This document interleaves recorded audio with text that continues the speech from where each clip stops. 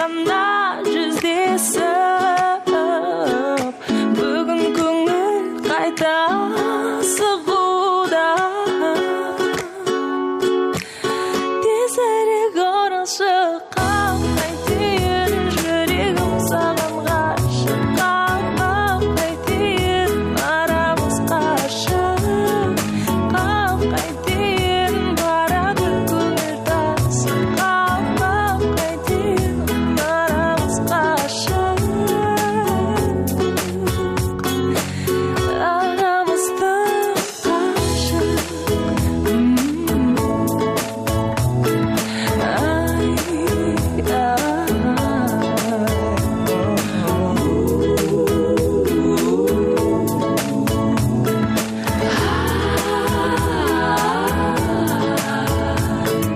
кеше ғана кездесіп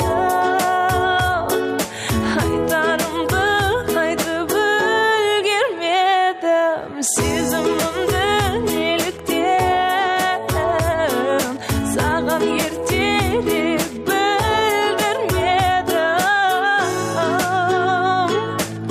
тезірек оралшы қайтейін жүрегім саған ғашық қайтейін. Құрметті жолаушылар, біздің ұшағымыз қонуға дайын. Шырайлы Шымқалаға қош келдіңіздер. Жергілікті уақыт таңғы сағат 8:00. Ауа райы +28 градус. Свободно. Всего доброго, до свидания. Всего доброго. Свободно. До свидания. До свидания. Всего доброго. До свидания.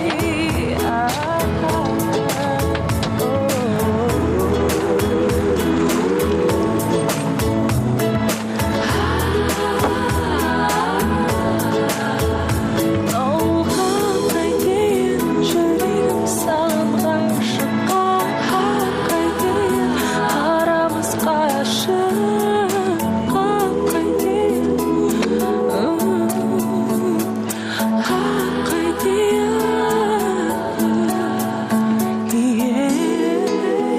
Брат, ассалаумалейкум. Нұрстаннан самолет қонған жоқ па әлі? Жоқ, әлі келмеді. Нормально, кеш кеттім. Қызыңды күтіп жатсың ба? Жоқ, ей. Бастықтар Астанадан бір дерзкий қыз келеді деген ба деймін. Соны гүлмен күтіп ал деді да, достойын. Осы жол кешкен кезде точно мойын жұлып алатын еді бар ба? Өмір кешігемді жүрем бұл.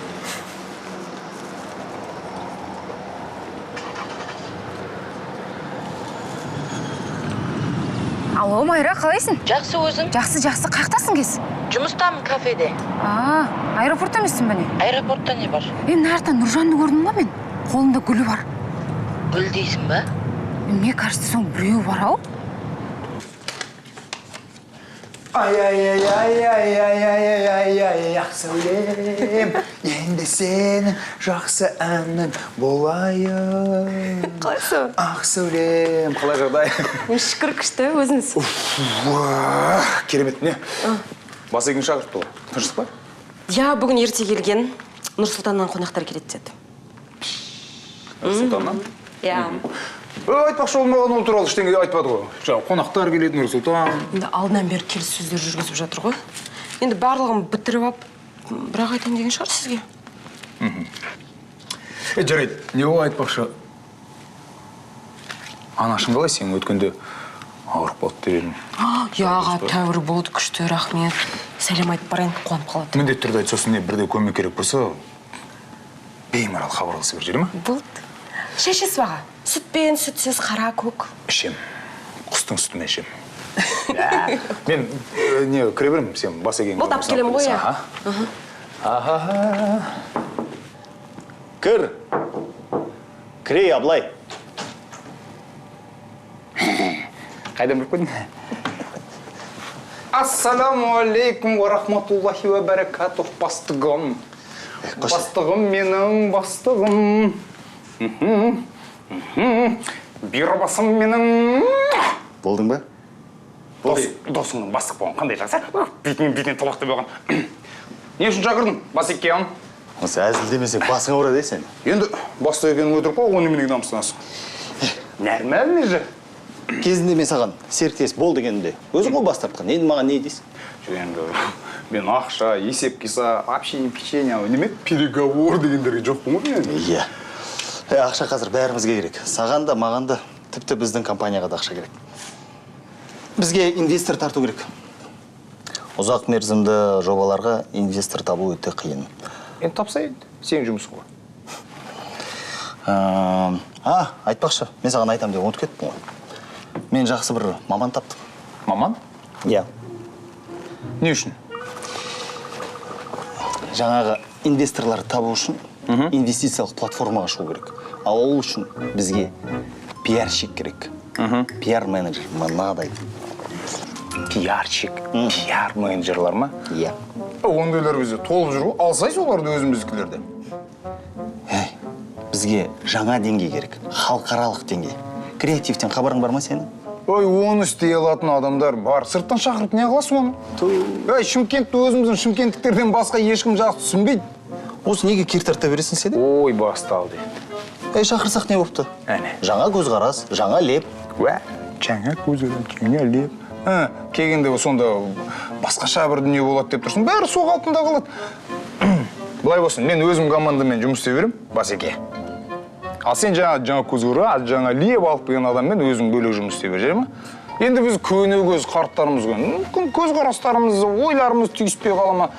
Абадырук ұят болып қалар. Сен оны көргенде жоқсың ғой? Танысқан да жоқсың.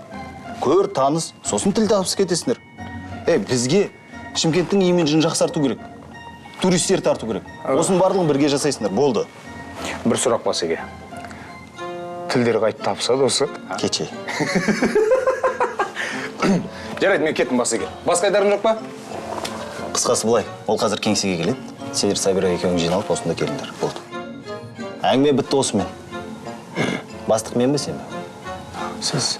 Болды. Болады Басеке. Жақсы.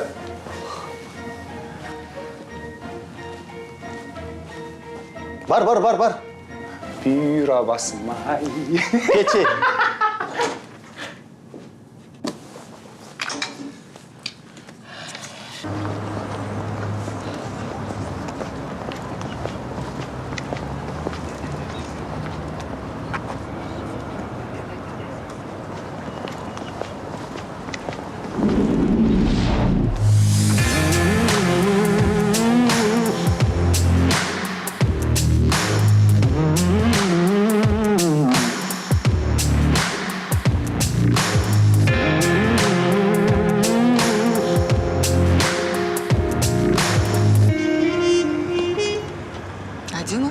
Ой, кешіріңізші.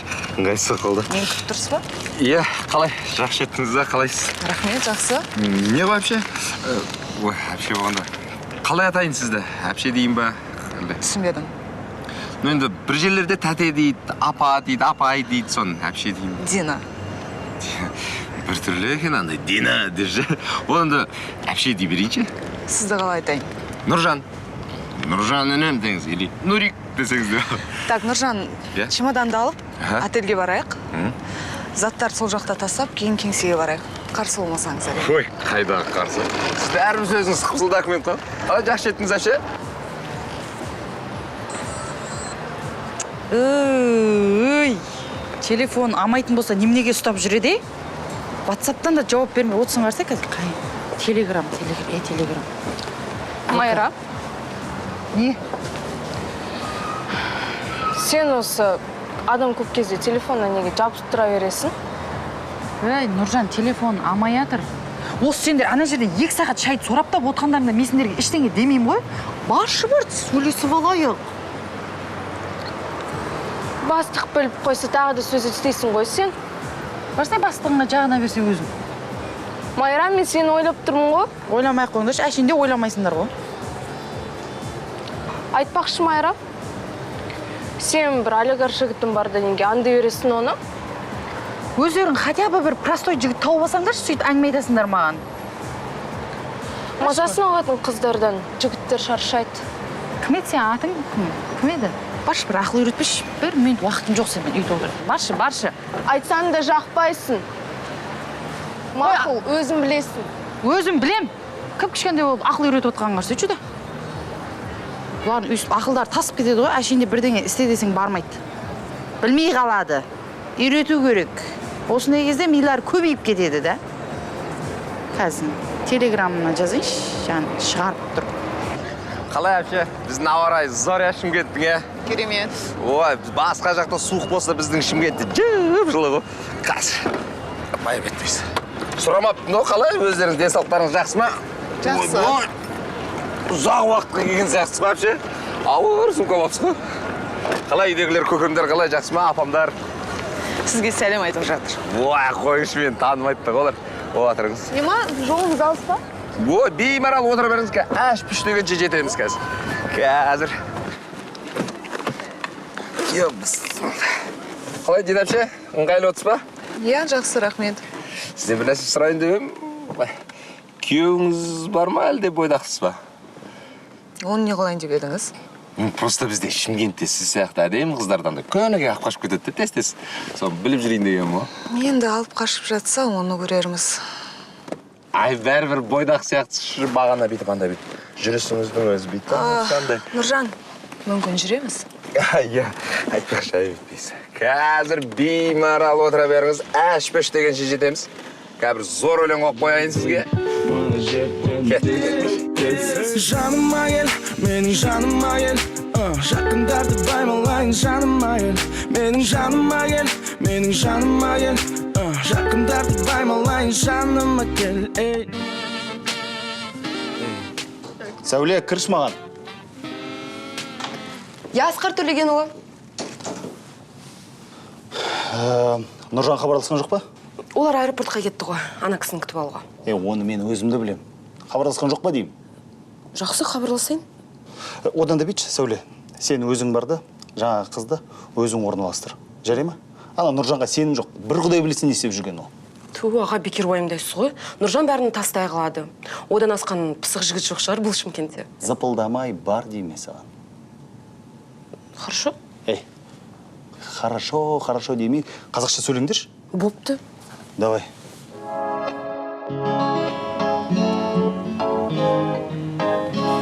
Тебя я вижу снова в круге, где твоя любовь на туре. Вышли мы на дыши.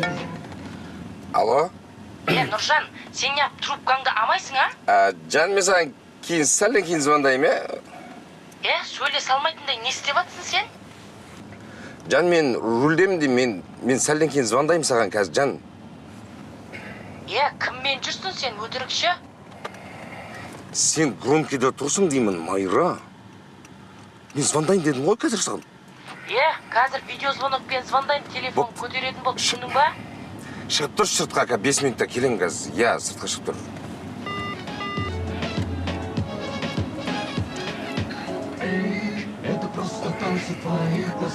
Әпше, мен 5 минутқа бір жерге кіріп шықсам бола ма? Өтініш. Кешіріңіз, бірінші мені апарып тастаңыз, сосын кейін бара беріңіз. Жоқ, мен кіремде шығам, әпше. Серьезно, кіремде шығам, 5-ақ минут, әпше. Отыра тұрастай, музыка тыңдап.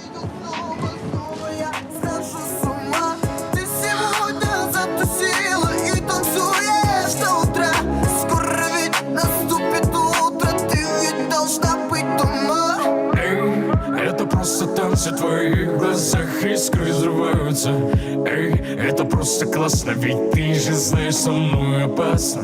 Сөзім аузымда, махаббатмен келме менің қасыма. Сегодня мы тут в клубе качаем по полной, мы в натуре. Фантастика, у меня паника, жүрегім толған романтика. Тебя вижу в клубе, вновь нас соблазнила злая ночь. Сөзім аузымда, махаббатмен келме менің қасыма. Сегодня мы тут в клубе качаем по полной, мы в натуре.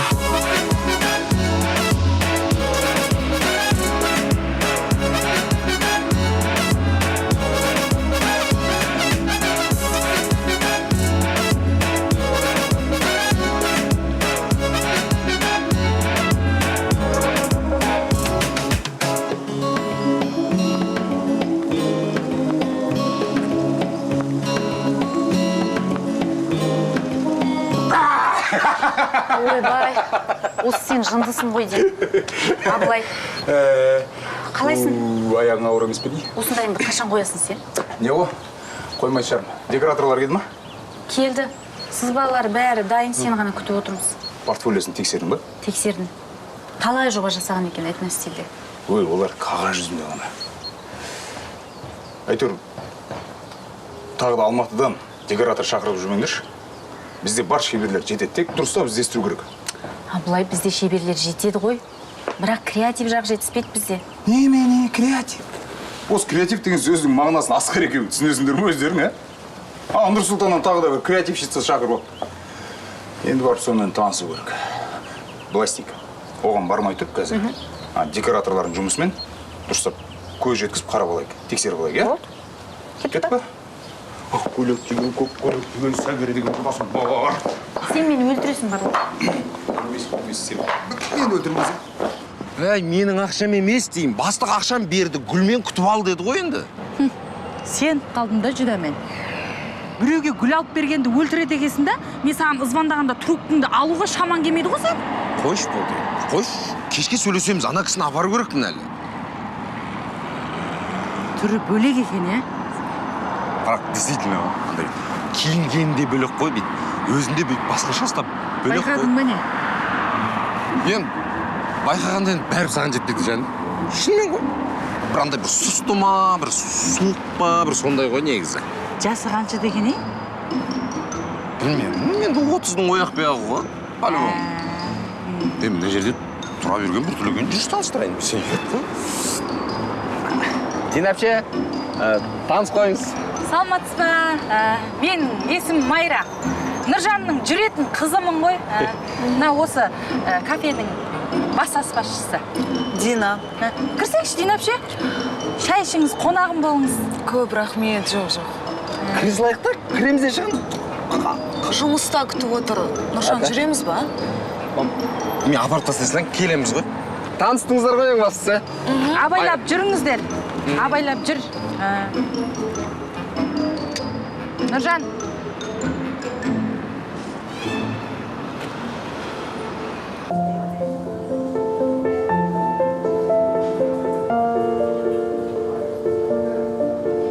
Алло. Я мен қаладамын.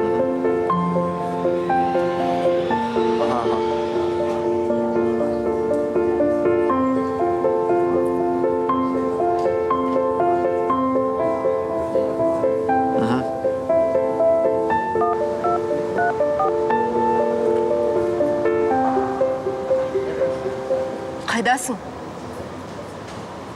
Қайдағы пробка? Босайтсыз, бастық ашуланып жатыр ғой. Я, күтіп тұрмын, бол.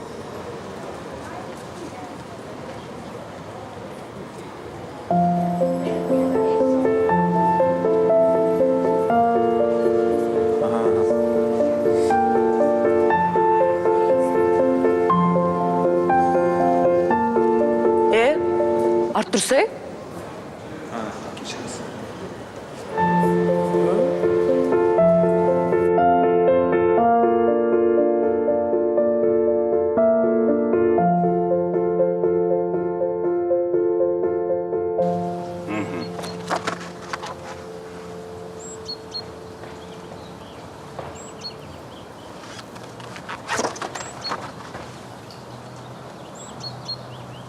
Жігіттер, мыналар не?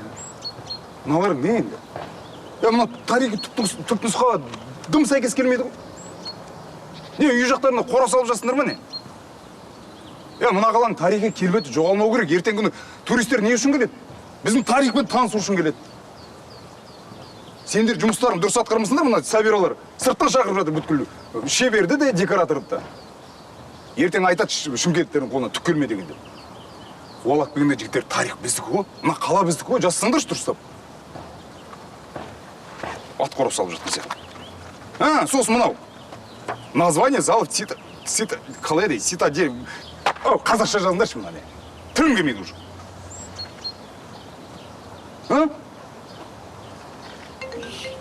Қазір. Алло. Алло, Абош, қайдасыңдар? Не дейміз, ескі қаладамыз? Маған су етіп тез келіңдерші. Иә, қазір барамыз. Аха. Тез келіңдерші деймін. Ой, иә. Жігіттер, в общем, түсіндіңдер ғой, ескертуді. Өтінемін, жігіттер, намысқа тырысыңдаршы енді. Ояныңдаршы болды енді. Кім, Сабира кетіп жүр, шақырып жатыр.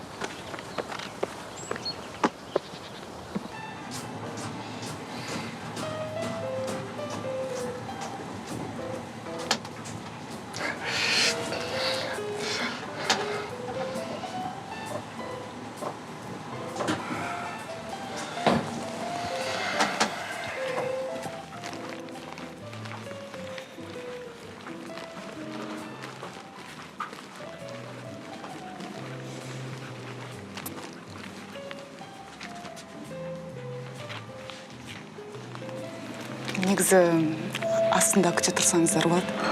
Иә.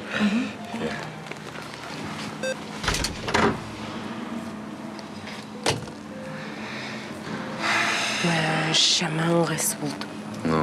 Сол айтқызбай-ақ істесек те болатын еді ғой. Айтпа. Сен өзің алып келе бер, мен офиске кеттім,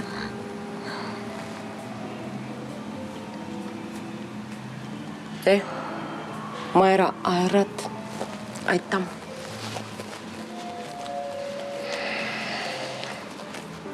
Айырса.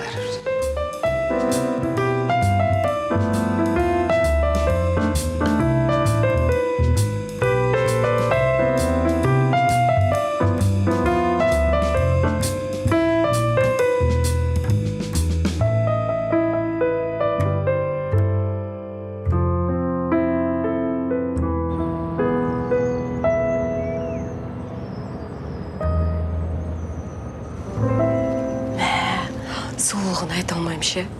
Сондай нәзік. Бірақ ана мінезі бар ғой, түрінен ақ көрініп тұр. Қатты екен. Сосын бар ғой, мә туфлин көрсең ғой. Андай Шымкентте таппайсың ондай туфлиді. Сіздің көздерің мүлдем басқаша. Қарасаң бар ғой, қарап қап кетесің де, қарап. Қылыйма не көзі?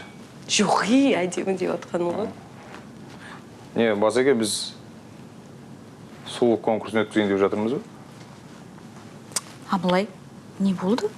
Сұлу болса жақсы емес пе? Соны айтам. Түрі жыладан түңілме дейді. Ештеңе болған жоқ. Оның не түрін езіп ішеміз бе, шай болсын? Болды. Сонымен қайда ана қыз?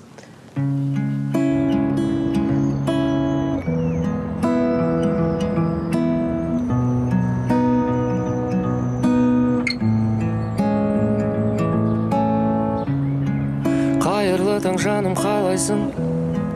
Неге үнсіз ғана қарайсың? Сағындың ба мені? Түсімде де табылғайсың жанымнан. Көрсем деймін тіпті сені сағымнан. Алыстама менен.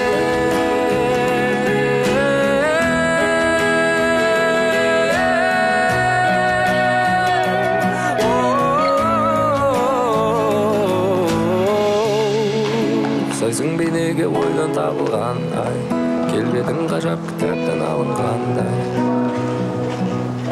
Сенсің ғой керегім.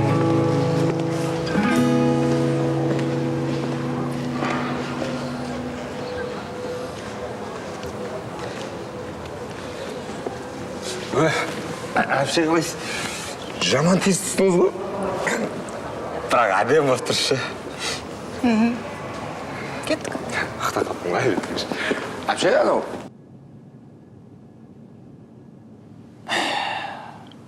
Мен бәрібір түсінбеймін, Асқар. Өзіміздің мамандарды жетістірмей тұрып, сырттан неменеге шақырасың оның бәрі? Сенде бір қоймайды екенсің. Айттым ғой мен саған жаңа леп деп. Ол қаланы білмейді, сен одан да оған көмектес. Көрсет қаланы. Білмесен неге аласың?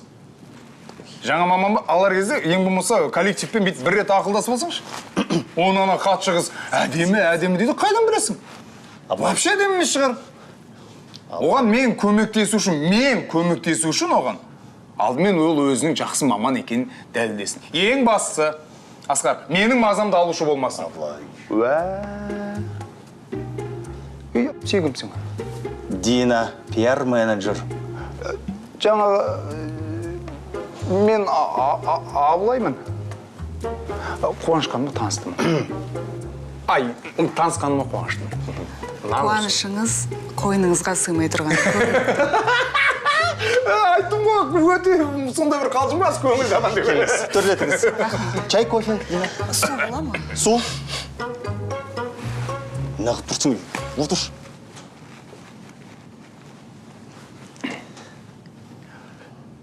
Қош келдіңіз. Біздің Чикагоға десең.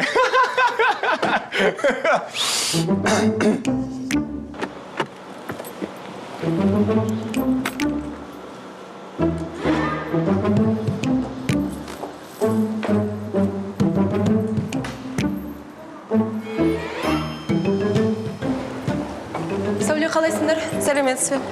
Не болатсыңдар? Келдім. Аты Дина. Жасы 30-да. Бойы ұзын блондинка. Асқар қайда? Асқар Төлеген өзінде Динамен жиналыс өтіп жатыр. Қандай екен өзі? Ой, өзінше. Шынында, ешкім де мені түсінбейді, ал түрінен ақ көрініп тұр мінезі. Француженкаға ұқсайды. Біздің қазіргі басты жобамыз ол ескі қала. Ескі қалаға туристер тарту керек, танымалдылығын арттыру керек. Осы жобамен сіз Абылаймен бірге жасасаңыздар. Жүре ме? Енді Абылай мырза қарсы болмаса? Қарсы емеспін. Ойбай сізге қалай қарсы боламыз. Енді сіздей білікті маманмен жұмыс жасау бақытты күнде бұйыра берміз. Енді Асқарик, кешіріңіз, Басекеңнің айтуы бойынша сіз әлемдегі ең үздік ондыққа кіреді дейді, жаңа креатив. Чемкенскийіміз өзі орысша тілге медиа. Енді Асқар мырза тым жоғары бақтап жүрген шығар. Негізі бұл жақта да жақсы мамандардың бар екеніне сенімдімін. Жетеді. Бар. Бізге енді басқа жақтан маман шақырмасақ, күн түспей қалады ғой бізге. Қолда барда алтынның қадірі жоқ дейм, Асқар? Абылай, не болды дейсің? Асқар мырза ештеңе етпейді, мен түсінем. Оған дейін қаншама адамдармен жұмыс істеп келдім, мұндай адамдардың түр-түрін көргем. Менің ойымша бұл кісіде депрессия. Сіз не айтқыңыз келіп тұр сонда? Енді ашушаңдық, күйгелектік, мазасыздық. Оның үстіне көңіл күйіңізде жоқ сияқты. Өз-өзіңізді бақылаудан шығарып алып отырсыз. Я, сізде депрессия. Сіз бұлай жүре бермеңіз. Негізі психологқа барып көрініңіз. Жоқ, психолог емес, психотерапевтке барыңыз. Өйткені ғалымдардың зерттеуі бойынша орта жастағы дағдарыстағы ер адамдардың тестостероны төмендейді. А ол остеопорозға келіп соқтырады. Одан кейін жүрек қан тамырлары ауруына шалдығасыз.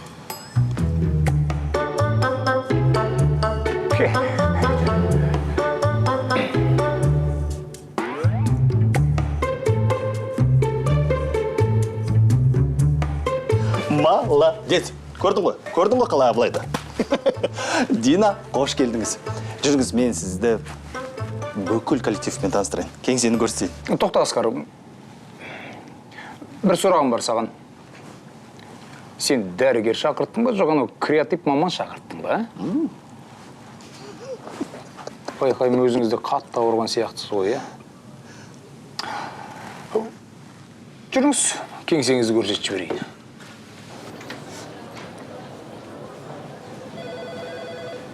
Ой, ханым! Қалың қалай. Танысып қой. Біздің жаңадан келген маман Дина. Дина танысып қой, біздің Асекеңнің, Басекеңнің үйіндегі бәйбішесі Айханым. Өмір осындай сұлу ғой. Үй, жоным. Қуаныштымын. Мен де. Біздің шырайлы Шымкентке қош келдіңіз. Рахмет. Айтпақшы, Динаға жаңа кеңсесін көрсетейін деп. Дұрыс. Бара жатқам ғой, Сол, жүрді онда біз? Басай, жүріңіз. Өз-өзіңе бекем бол.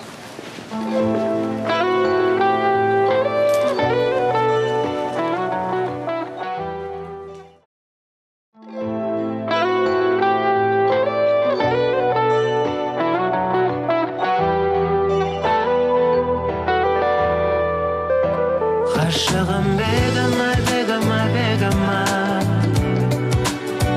асылым менің аймалың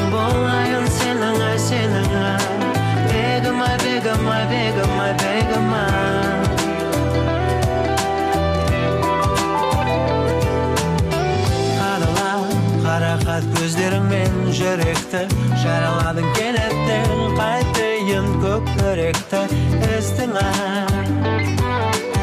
қалғанда бір мен үшін жарала кереме сезім беріп мағанда сен менің тереңіме жеттің байқатпай ақырын қарап шығып ендігім бар ойды азап қылып ұнатып қалғанымды сездің асылым сездің жүректі ездің асылым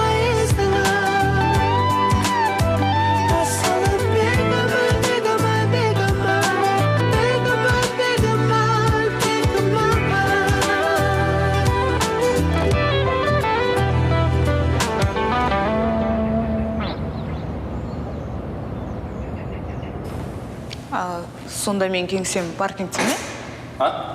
Кеңсем паркингте ме деймін? Жоқ.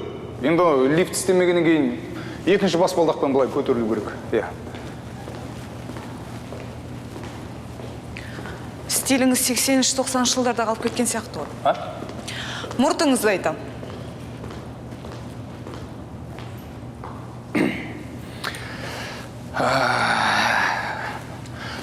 Мен мұртыма тисе бермеңіз.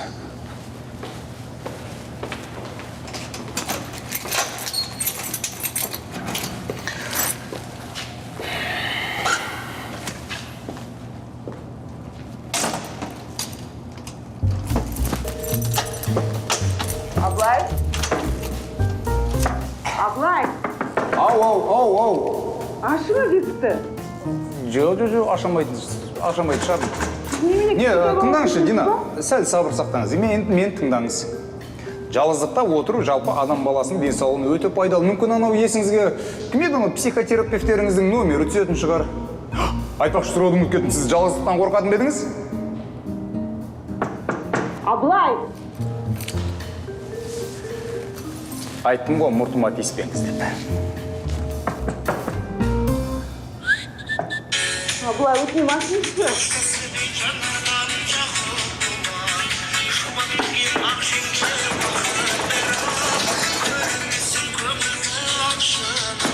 Аблай! Чимкен forever!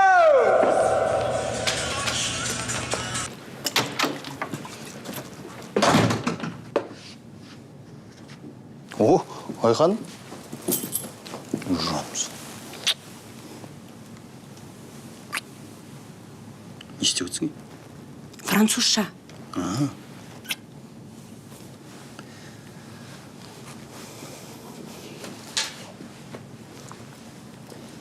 Ал, айта бер. Асқар, мен базарға барайын дегем. Көмек сұраған оқырмандарыма азық түлік алып дегенде машинам жоқ, машинам бұзылып қалды. Жүреді. Бүгінше Нұржанмен жүре тұр. Асқар, мен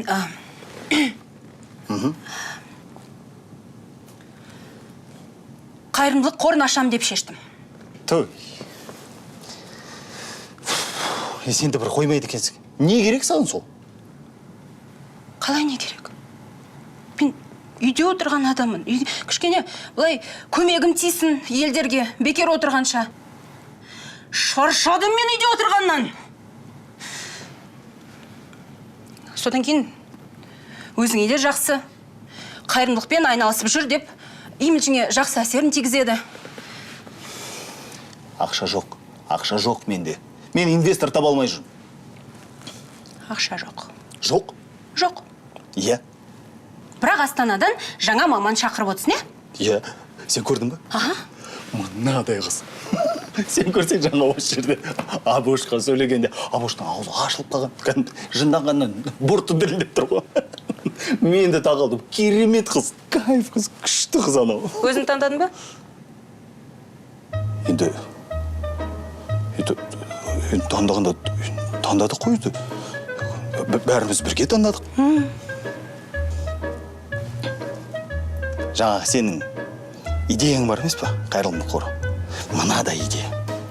Мен қарызға батсам да ақшаны табам. Жаным сол мен. Жарайды. Нұржан астында ма? Мен кетіп ендеше.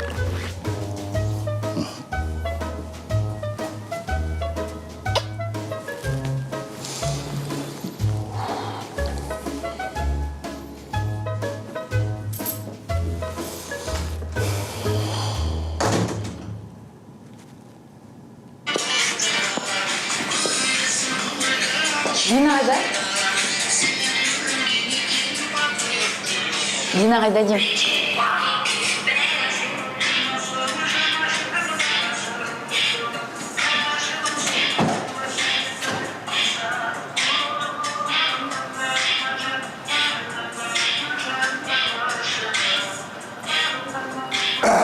Ау.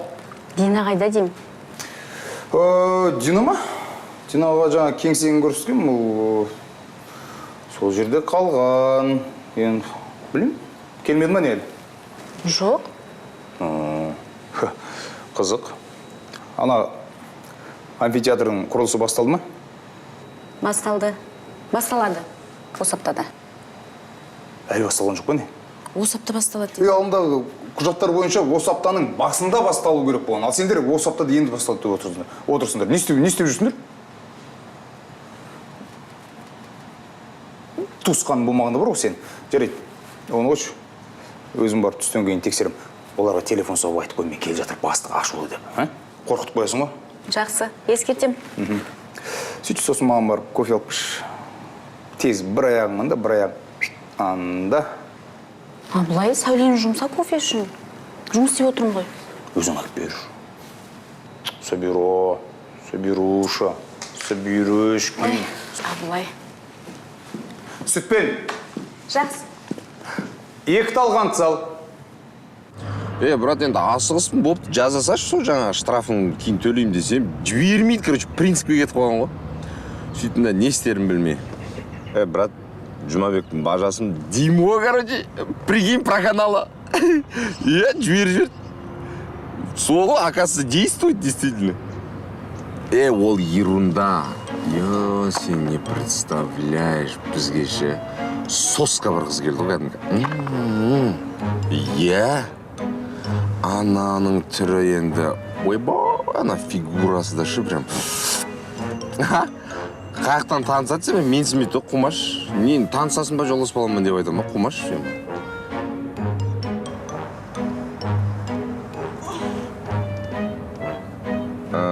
Как ходишь?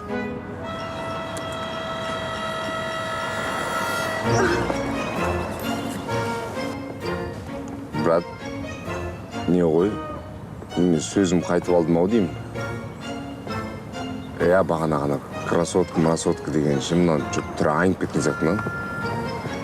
Бірақ түрі айнып кетсе де ше, фигурасы бар ғой кәдімгі. Қыздырып. Давай.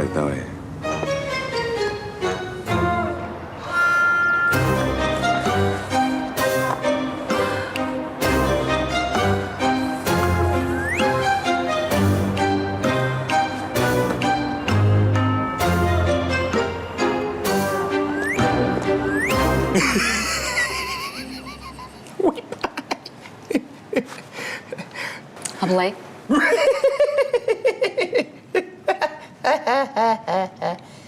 Абылай. Ойбай. Ай, ана баспен жаман қадалды бар ғой. Ау. Ана Динаны түскі асқа апарайықшы. Өзіміздің қонақ жайлылығымызды көрсету. Ол онда тамақ жеу үшін келген жоқ, жұмыс істеу үшін келді. Ой, Абылай, қойшы. Тамақ ішуге келген жоқ, жұмыс істеуге келген жоқ деп жалғыз келді ғой.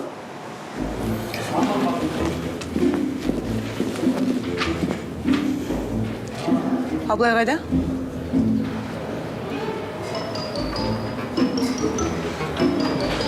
Қайда деймін, Абылай?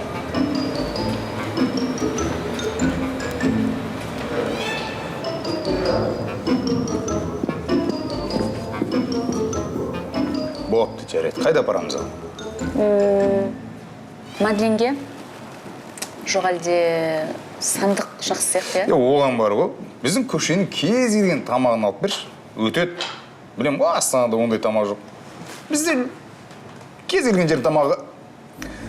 Абылай мырза, қандай қонақжай екеніңізді көрсеттіңіз. Менен жақсылық күтпеңіз. Егер сізге тыныштықта жұмыс істеген ұнамаса,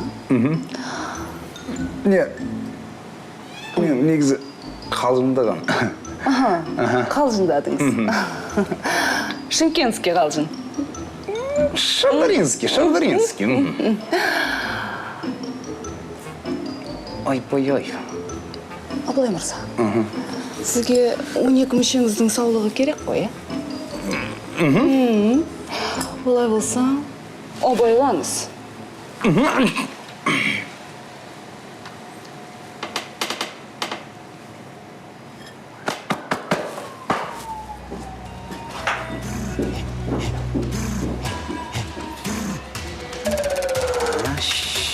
Карамель, баралем, бара бер таралем.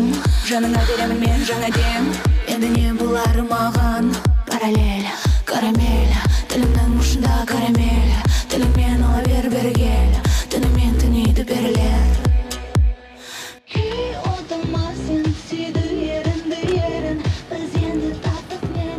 Нұржан, Ау, жинше.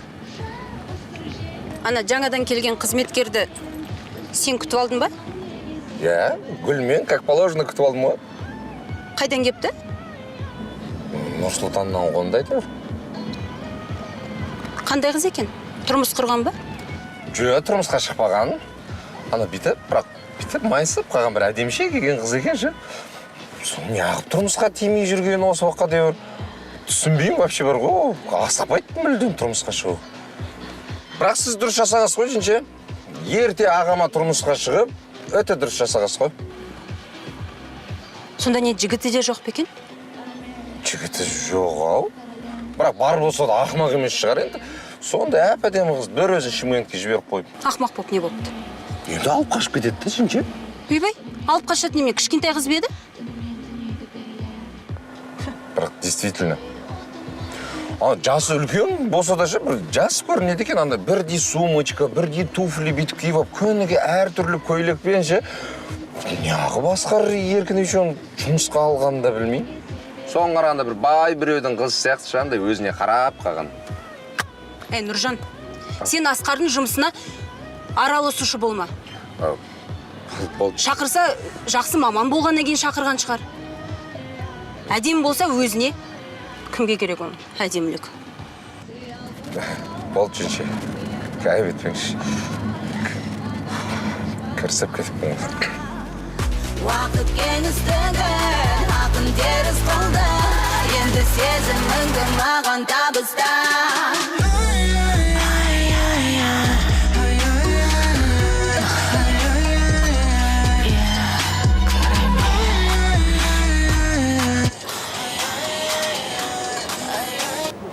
Алло, Абылай? Я қонақ үйдемін. Әрине көңіл күй жоқ. Ту, Абылай, сенде болмайсың. Қыздың келгені міне ғана сонша ренжіттің.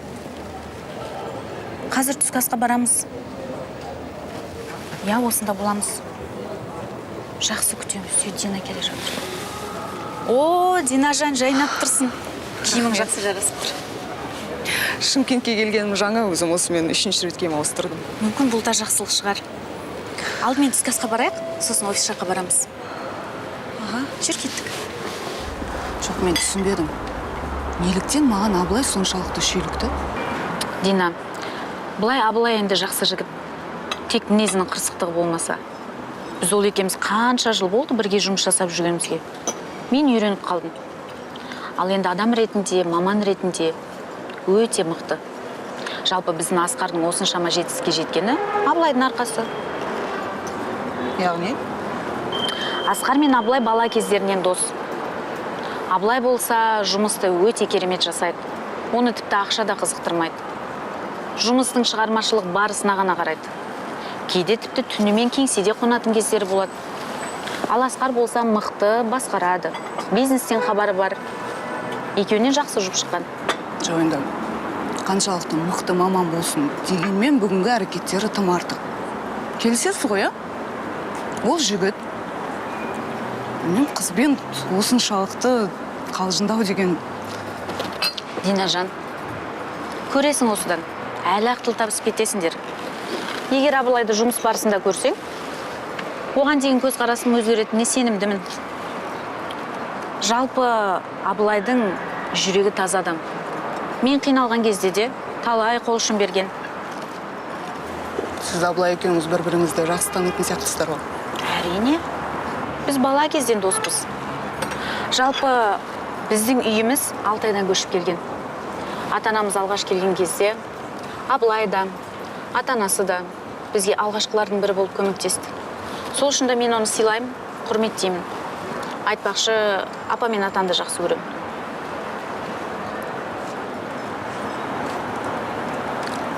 Негізі Абылай бір түрлі, Қалай?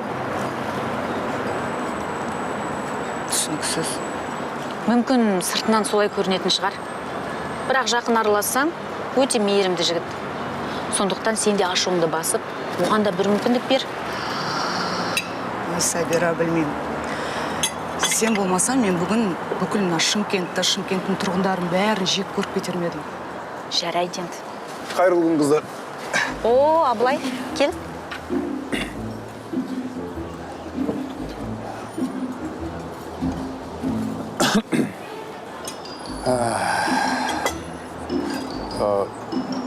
Дина, сен ренжіме?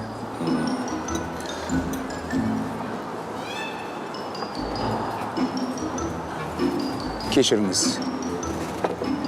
Мен сәл артықтау кеттім. Жігіт адамға жараспайтын қылық жасадым. Сіздің қандай адам, қандай маман екеніңізді білмей тұрып, асығыстау шешім қабылдап қойдым.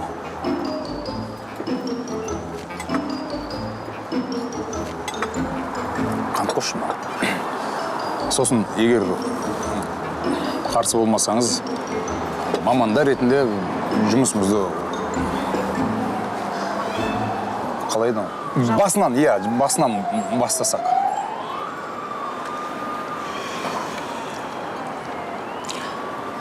Сіз түсінуге болады,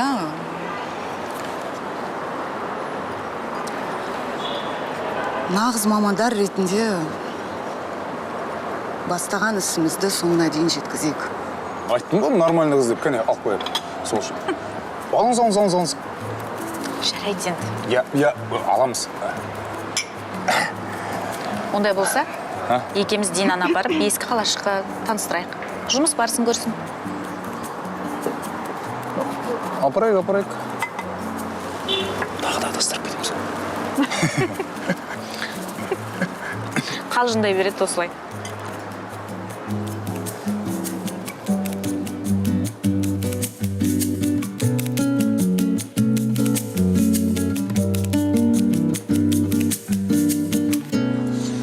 Жаман қарным ашты бүгінше.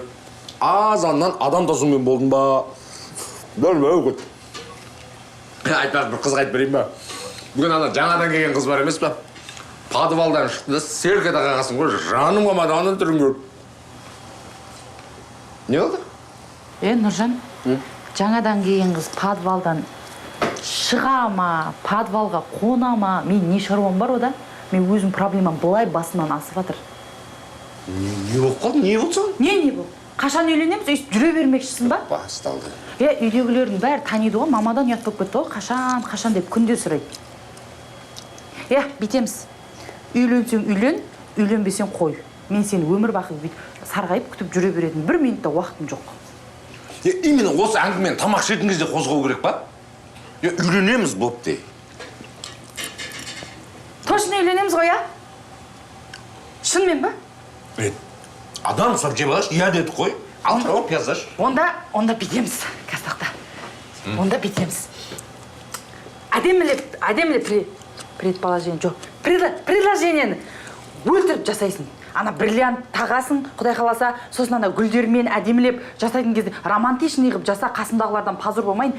22 жасқа келген кезінде өйстіп жасапты, албастай қып албастай қылып істепті деп айтып жүрмесін. Бопты. Адам құсап жеп алайшы өтініші. Бол, жібер. Аджиға ма бір нәрсе ашқына, тұз жоқ па бір нәрсе? Аджиға? Ойбай, аджиған төбеңнен жаңбырша жаудырамын ғой. Қаяқта еді ол? Инам, сен біздің ескі алашық туралы естіген шығарсың, иә? Бұл негізі Шымкент үшін ғана емес, еліміз көлеміндегі ауқымды жоба болып жатыр. Қазақстанның ескі жәдігері ғой. Иә, негізі көргем суреттерін сайттардан, бірақ қазір өз көзіммен барып көретініне қуаныштымын. Әрине. Бұл жерде цитадельдің аумағы 5-3 гектарды құрғайды. Мұражай аумағынан амфитеатр, ежелгі мұражайлар мен галереялар бой көтереді. Қала қонақтары мен қала тұрғындары үшін керемет болайын деп тұр. Жалпы енді өзіме ұнап тұр. Ал біздің міндетіміз осы жерлерді танытып, жарнамалап, Шымкентке көбірек туристер шақыруымыз керек. Иә, туристер міндетті түрде көп болады. Бұған мен сенімдімін. Тек ана ақпараттық жұмыстарды біраз жандандыру керек. Дұрыс айтасыз. Әсіресе мына әлеуметтік желілер жағын қолға алуымыз керек.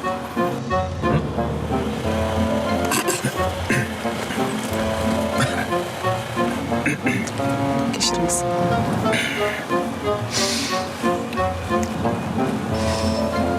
Сіз де кешіріңіз. Ал көзіме бірдеңе түсіп ойлаймын.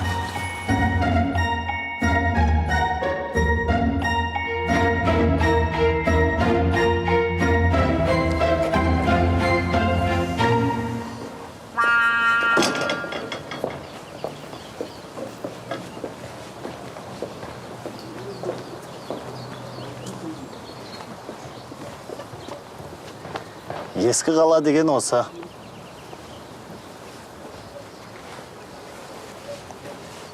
Не қып тұрсыңдар? Жүріңдер көреміз. Ең бірінші табылған осы жәдігер. Осы нысананы жасады ғой. Мына арба, қаншама уақыт кетті осы арбаны жасауға. Содан кейін...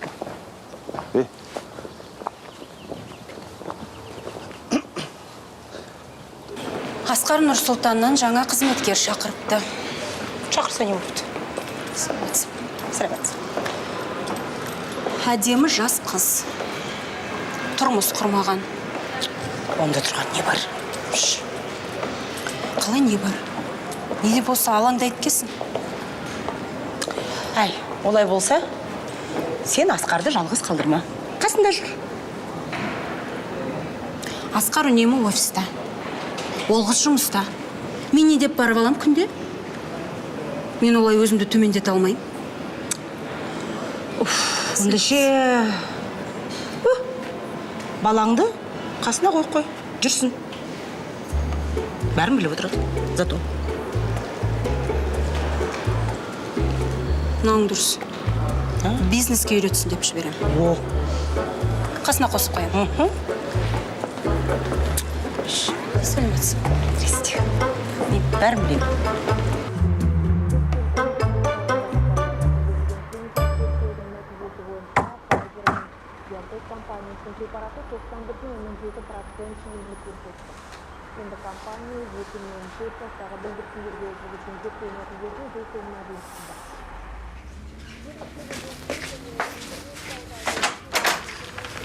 Саламатсыз ба? Мынау сізге. Рахмет. Жақсы сау болыңыз.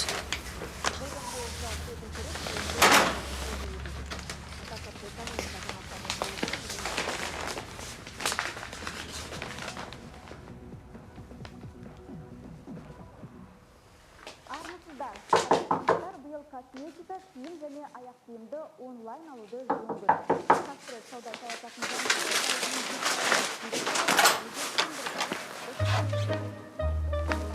Сырғаңызды көлікке ұмытып кетіпсіз.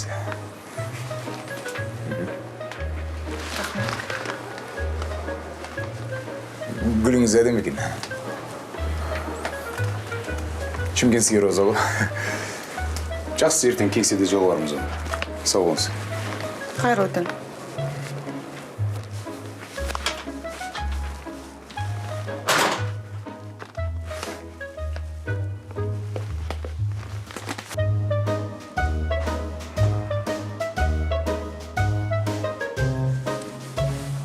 Гүл дейсің ғой сонда. Гүл. Мал қазса жемейтін шөптің гүл деп. Бопты, көреміз. Қызғанба, Абылай, қызғанба, қызғанба.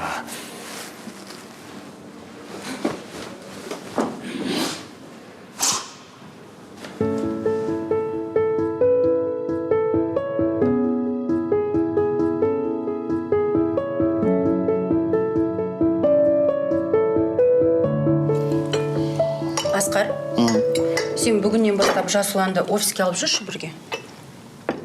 Не үшін?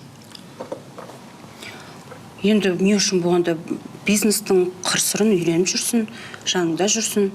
Оның үстіне ең табысты адамдардың барлығы балаларын кішкентай кезінен үйретеді бизнеске.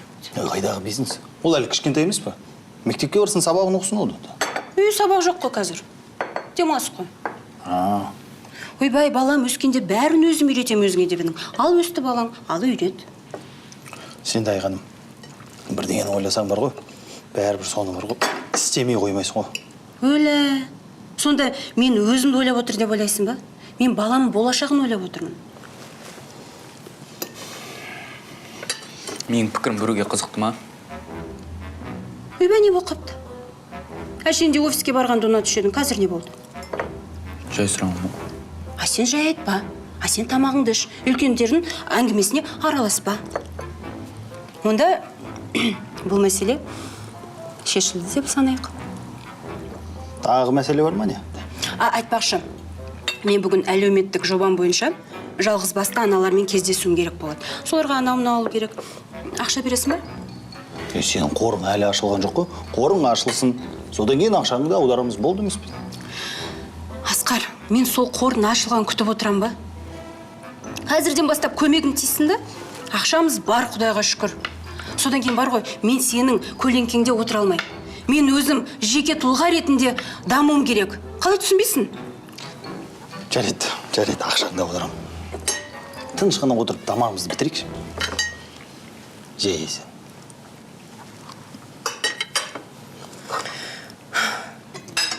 Кеше бір ауыр күн болды. Жұмысқа жаңадан Дина деген қыз келді. Абылай екеуі бірден сөзге келіп қалмасы бар ма? Абылаймен ба? Иә. Тыныштық па не болып қалды? Абылайды білесің ғой. Қалжыңдап қызды қамап кетті. Қамаған емес, қайда қамаған? Қатыра деп олар. Абылайды білесің ғой, бір қырсықса бітті. Дина оған психотерапевтке барып көрін деген екен. Соған ашуланып қамап кетіпті. Абылайдың бетіне шындықты айтатын адам табылыпты ғой. Ана қызға қазірден қайран қалып отыр. Молодец, жарайды. Түү, Батыр, сен де. Түү, Батыр, сен де онда рас қой. Біздің төре жігітті орнына қоятын бір қыз табылып жатса, жақсы жаңалық емес пе? Әлбісі ана Абылайың тым асқақтап кетеді сен. Абылайды білесің ғой. Оның қыздарға деген сенімі кеткен, бұрынғыдай емес. Өткенді ұмытатын кез келді.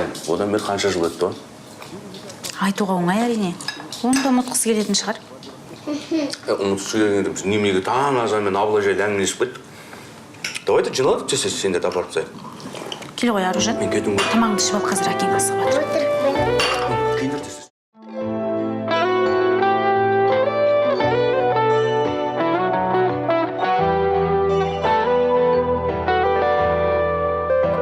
Ғашығым бегама, бегама, бегама.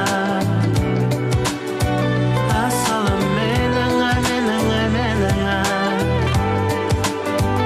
Аймалың болайын сеніңа, сеніңа. Бегама, бегама, бегама, бегама.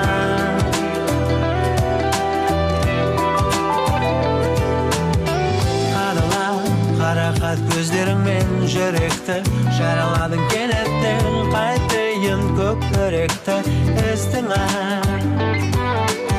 Қалғанда бір мен үшін жарала кереме, сезім беріп мағанда сен менің тереңіме жеттіңа. Байқатпай ақырын қарап шығып, ендігім бар ойды азап қылып, ұнатып қалғанымда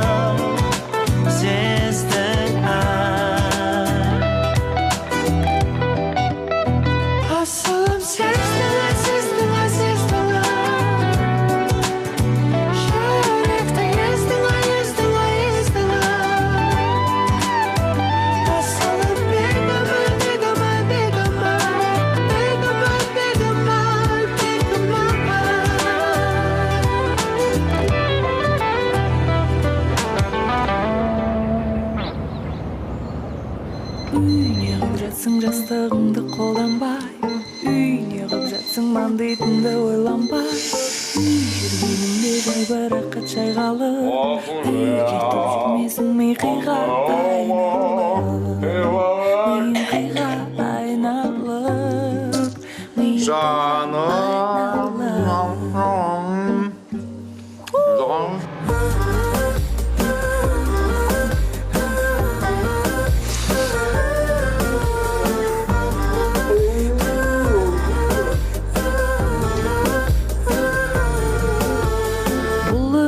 ұсақ түйектер үшін келмеп едік қой, ірі едік қой, биік орындарға жету үшін терлеп едік қой, өрлеп едік қой, бала қиған соңынан біз алып ұшып берген едік қой. Саламатсыз бәпше. Сенген едік қой, арымызға уәделерді берген едік қой, сөйлеп едік қой.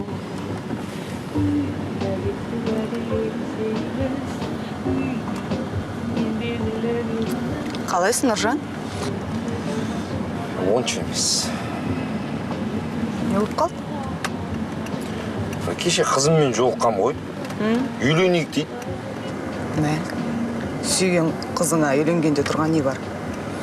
Жоқ. Мәселе үйленуде емес. Мәселе ақшада да. Ол менен андай романтика күтеді. Күніге гүл, серенада. Оның бәрі ақша ғой.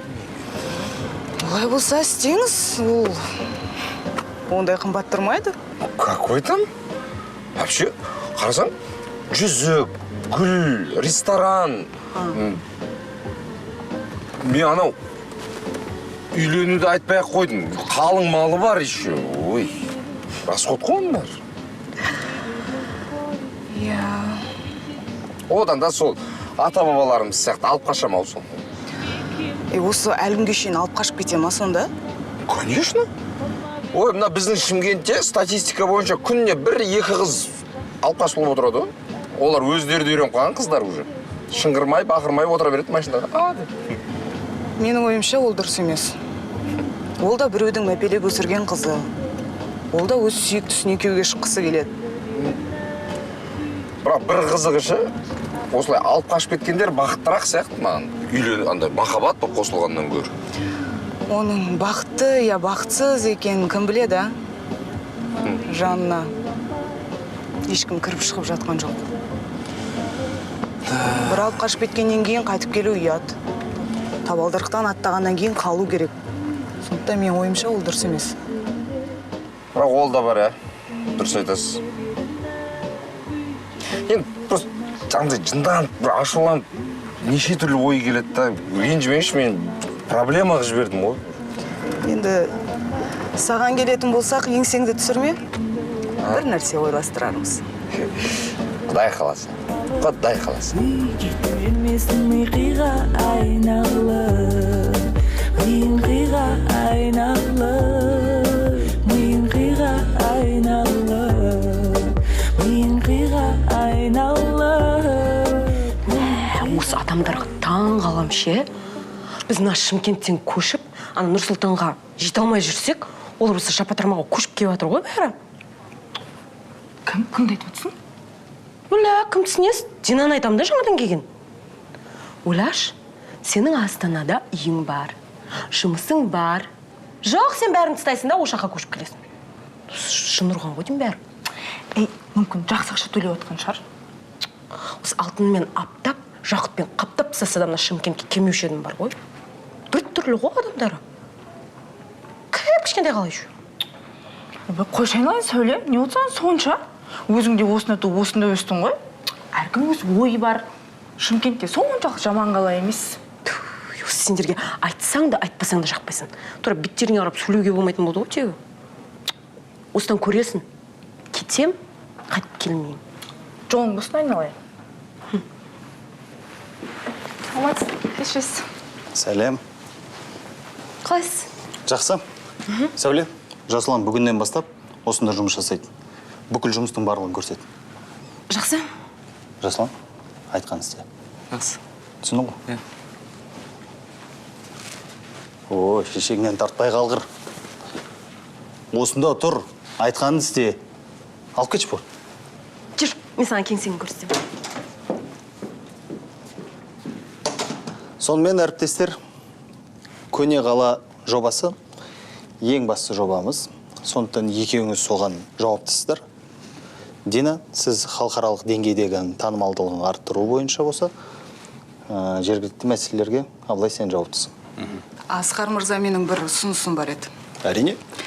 Менің ойымша біз тек қана көне қалашықты емес, сонымен қатар Шымкенттің басқа да әдемі жерлерін насихаттауымыз керек. Өйткені енді қалаға келген адамдар бір күн ғана емес, бірнеше күн қыдырады. Сондықтан Шымкентте басқа да әдемі жерлер бар, танымал мейрамханалар бар. Сол жағынан біраз жұмыс істесек.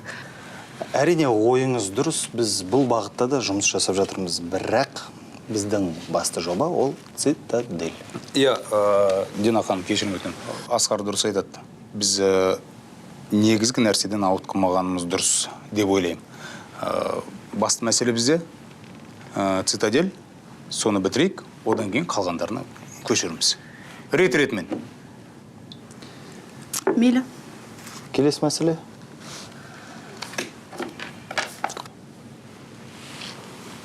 Цитадель дегенді дұрыс айттым ба? Қалай? Цитадель. Цитадел. Қоясың жарай. Күнделікті жұмыс уақыты сағат 9-дан кешкі 6-ға дейін. Бірінші, маған және Басекеңе кофе дайындайтын боласың. Мен латте жақсы көремін, ол американы жақсы көреді. Түсіндің ба? Түсіндің ба? Иә. Сосын құжаттардың көшірмесін барлығын сен жасайтын боласың. Сосын барып кел, шауып кел, барлығы сенің міндетің. Басекең айтты, мен тыңдауың керексің. Сол себептен мен не айтам, соның барлығын орындайсың. Okay, no problem. Түсінбедің? Жақсы, сен тағы не істеу керек? Әзірге осы. Ойланып көремін. Ұмытпа.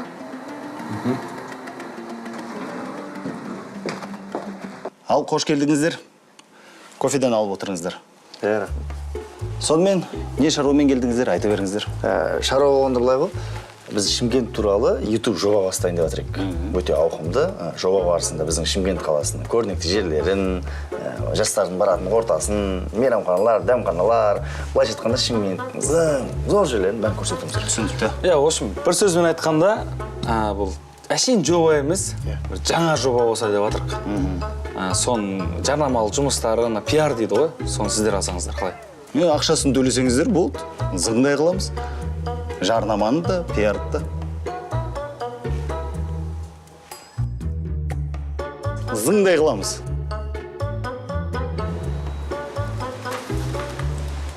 Дина ханым, награды сізге беріп жүреді. Рахмет.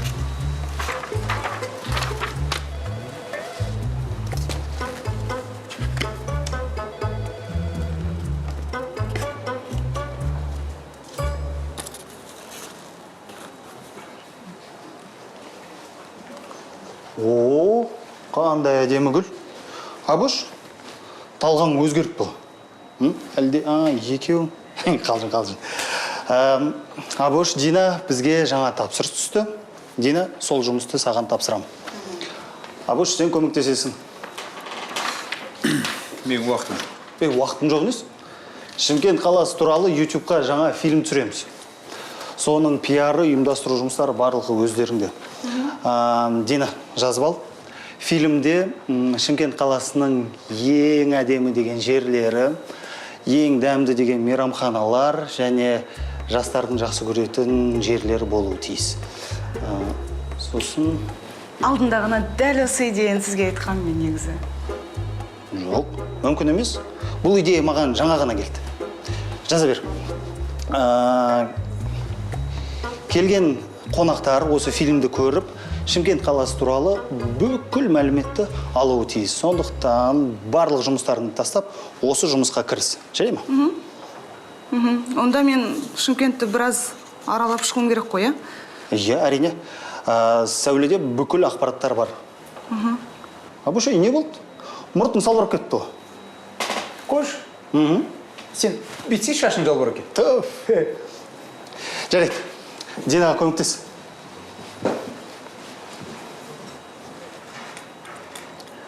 Абылай. Естідің ғой, Шымкентті біраз аралауым керек. Соған сен бір көмектесіп жіберсең. Мен негізі сайттардан қарадым. Бұл жерде дендропарк, зообақ, танымал самса, балмұздақ, сол, басқа не бар? Шымкенттің барлық жері ерекше. Кез келген жерін түсіре берсең болады. Мүмкін Шымкентті гүл әкеп берген жігітің жақсы білетін шығар. Сонымен қыдырып қойды.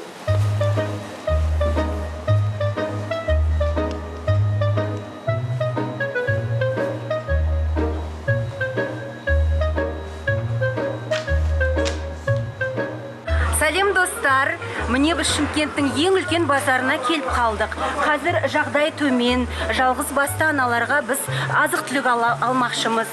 Айтпақшы достар, мен өзімнің қайырымдылық қорым орналасатын кеңсе іздеп жүрмін. Бұл менің ең маңызды жобаларымның бірі. Нұржан,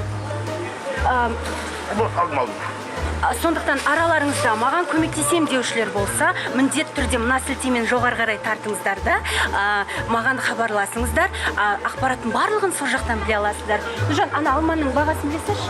Берді қымбат, сен таныстан бар. Жақсы достар, күндеріңіз сәтті өтсін, барлығы ойдағыдай болсын. Пока-пока.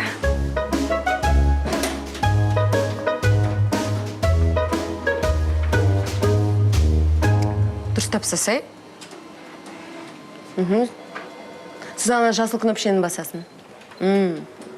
Бәрекел, Дани, естіп адам боласың. Сәуле, Асқар мырза соңғы жобаның құжаттары сенде деген.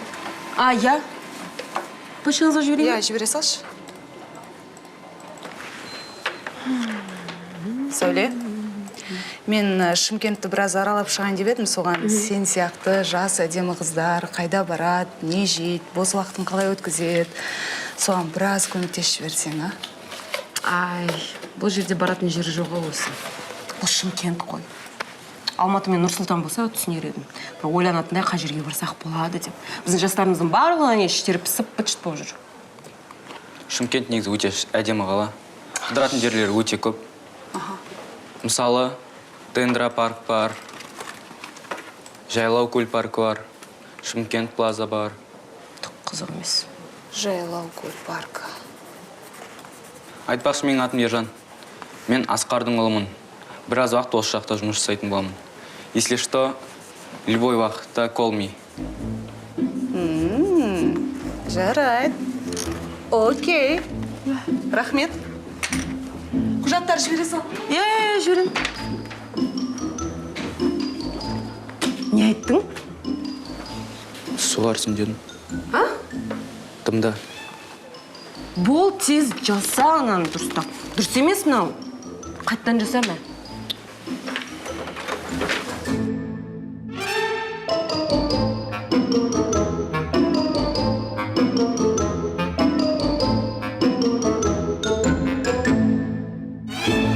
Абылай, саған не болып жүр? Маған не болды? 2 күн болды көңіл күйің жоқ. Ана Динаның да мазасын алып біттің. Көмектеспеймін, уақытым жоқ дегенің не? Енді, Сәбира, сен де қызсың. Уақытым жоқ екен рас қой. Онымен қаланы аралап жүрсем, мына шаруаның бәрін кім істейді? Ой, Абылай, қойшы. 1-2 сағат уақытыңды арнасаң жетер еді ғой. Кеше ғана кешірім сұрағансың. Бүгін тағы қырсығып қалыпсың. Сәбира, қойшы болды енді. Динадан басқа бізде талқылайтын мәселе жоқ па?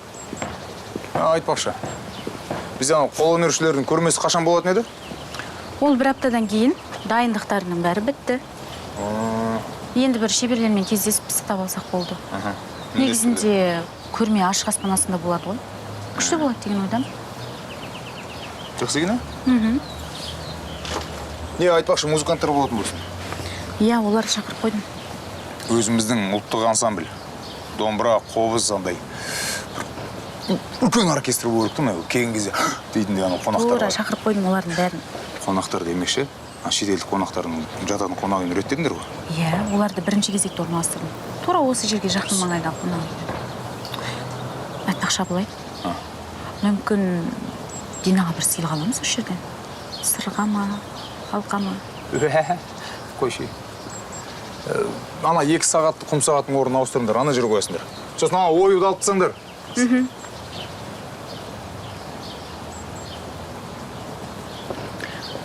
Кешіріңіз, насырғаның бағасы қанша?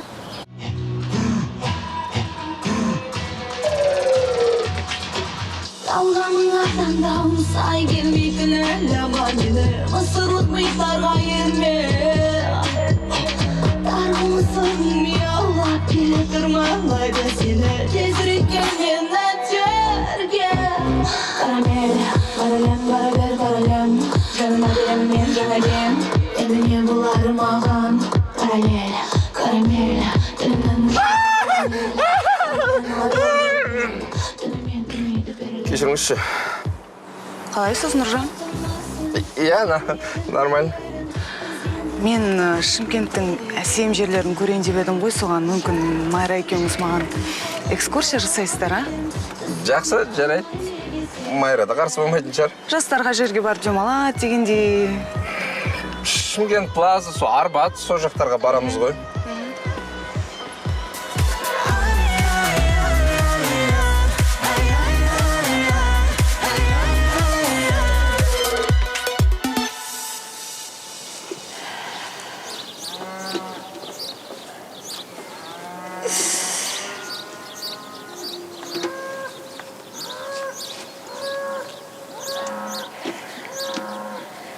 Қалай, шал?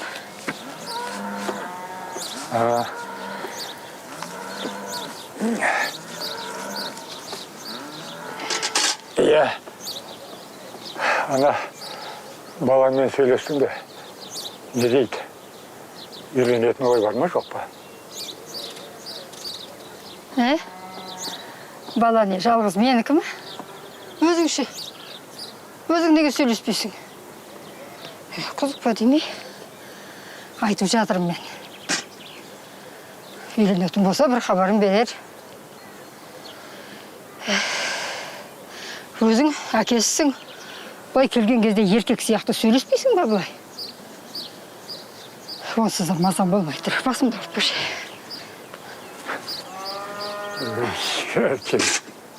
Менің жаныма келсе, бір мылқау адам сияқты үндемей кетеді ғой. Екеуің пыш-пыш етіп, әңгімелерің бітпейді. Әр нәрсені бір сұрай бергенше, одан да соны сұрамайсың ба? Айтудай-ақ айтып жатырмын. Оның үстіне өзі анау қырсық өзіңе тартқан. Бір беткей айтқанынан қайтпайды.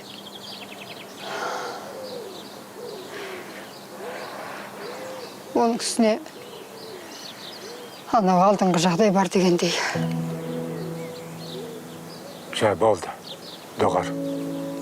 Өткен өтті, кетті. Жігіт емес пе, а? Бір сәтсіздікке бола енді өмір бойы жалғыз өтпейтін шығар. Ер жігіттің басы талай соғылады.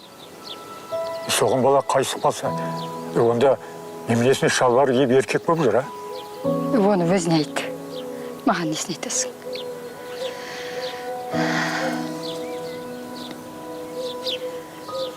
Былай келгенде жақсылап сөйлестеші. Жасымыз болса кеп қалды.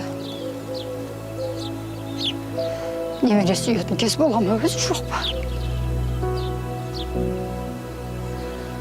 Кейінгі кезде қорқайын дедім.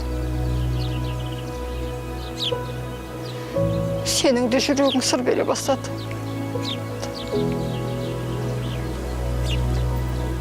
Жа болды, қайдағын айтпа. Отыр. Әлақ, келін сүріп, қолынан шай ішіп, немереде сүйеміз. Жас келген сайын адам қорқа береді екен ғой. Баяғыда деймді, өлмейтіндей болып жүрушек. Енді міне, төрімізден көрім жақындаған кезде әр нәрседен қорқа беретін болыппыз. Әйтең бар. Саған не болған? Ал жейін дедің ба? Қай-қайдағын айтып. Адамда шай қой. Екеуміз жақсылап отырып, терлеп, тепшіп шай ішейік. Алшыған басы. Шай қойған қой. Қайнап тұр. Жүр. Шешек. Жүр, ойбой. Ананы аласың ба? Ананы алайын. Опа. Сенің жүзіңнен сезімді көрем, бақытқа толы кезімді көрем. Жараланғанда, жаным ауырғанда, сені менен емделем. Сенің көзіңнен өмірді көрем, кіршіксіз таза кезімді көрем, тек бір өзіңнен. Бұл басы. Қошқарада деген бізде бұлақ, жердің астынан ағады, ішіп көрсеңіз де болады. Бұл бізде Қазақстандағы ең таза су болып естіледі, енді Шымкентте да. Анда мягкие. Пожалуйста, любой жерден алып ішесің. Не ғой? Сосын ар жаққа қарай ағады, иә? Иә, ар жаққа қарай ағады. Адамдар о жақта уже демалады. Жазда енді ыстық қой бізде Шымкентте. Күн быжып тұрады сол кезде. Бұл жерде жаңа басынан су іштік қойшы. Мына жерде адам жазда мың болады. Қырғын араларынан бүйтіп. Бұның ішінде еще балықтар бар. Қараңыздар. Жоға уайымдама. Қазір ана жерде балықтар жүр. Кетті көрме қарағыр. Ана ортада. Жадыраймын да шынайы күле. Қымбатсың маған, әлі де жұмбақсың, сендей жанды іздеген. Сенің жаныңда арманға сенем, жарық дүние жалғанға сенем, тек бір өзіңнен ғана сәуле көрем жаным, көрінбеген өзгеде. Жарық бердің жанға қараңғы, емдеп алдың ескі жарамды. Мен де сенің барың боламын, бағың боламын, жаның боламын, жарың боламын. Дирапшай мінеке, асаңшы. Бұл біздегі Шымкенттегі севердегі мороженое дейді. Ең тәтті. Ең танымал. Айтшы. Иә. Мына жерде жаздың күні ыстықта километр болады очередьлерде. Адам. Северда мына районның аты өзі север. И содан кейін мороженое на севере болып кеткен да. Қалада біреу ақ қой. Досында ма? Бірдей ғой да. Ана еріген жерін жесеңіз, жанында еріген жері. Жандармыз біздегі.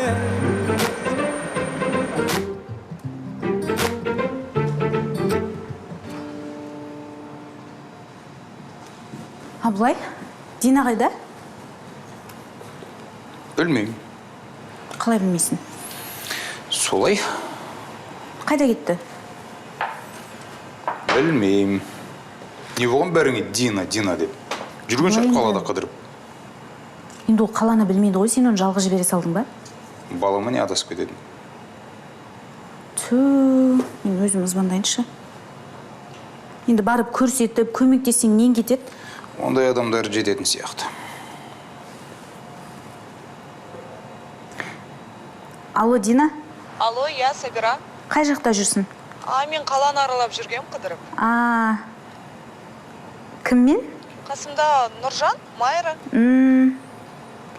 Қазір мен келем, иә, кішкене күт. Жарайды. Абылай, Динаны Нұржан мен Майра қыдыртып жүр екен, жүрші барайық паркке бізде. Бармаймын. Ой, өзім бара берейінші. Точно бармайсың ба?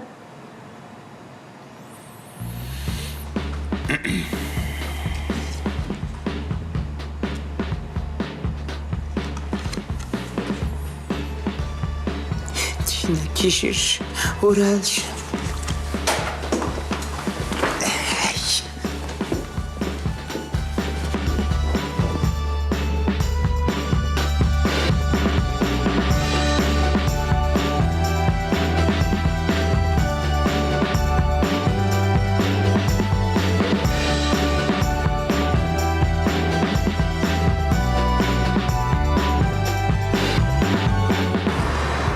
Нұржан, Майра, рахмет сендерге.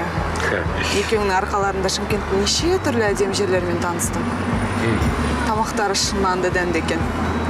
Балмұздақ. Дина әпше бар ғой, әр адамға өзінің бір туған жері ыстық қой. Бірақ Шымкенттің өзінің бір сондай оформление емес. Шашлык емес. Атмосфера? Атмосферасы. Сондай атмосферасы болады. И то Шымкентке бір келген адам қайта келгісі келе береді екен ғой. Дәл солай. Сосын Шымкентте бәрі арзан ғой бізде. Басқаша қымбат қой. Келсем. Алла қаласа сөз берем, біздің жобадан кейін Шымкенттің танымалдылығы одан әрі өседі. Құдай қаласа. Әсіресе жастардың қызығушылығы артады.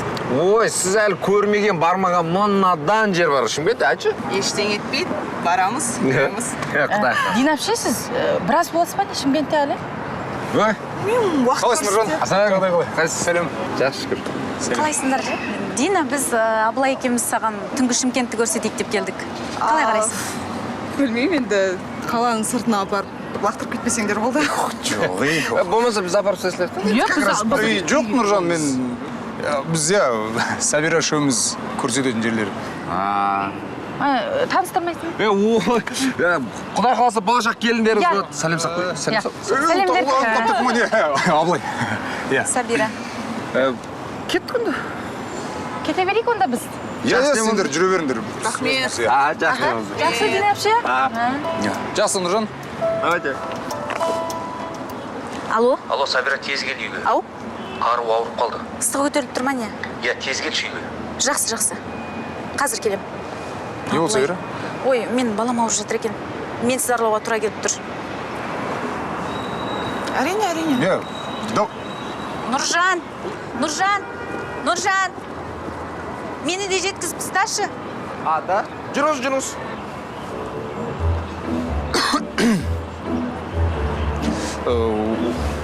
Көлік ана жерде тұр.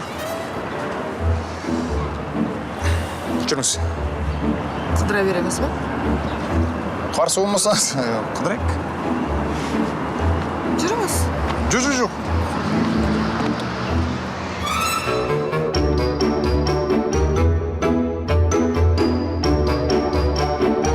Жақтан келіп, кәдімгідей келіп, ұшып келіп. Иә.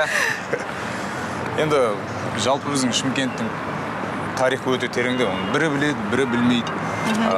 Қазір кешме. Алло? Балам, әкемнің шамалы мазасы болмай жатыр. Үйге келіп кетесің бе?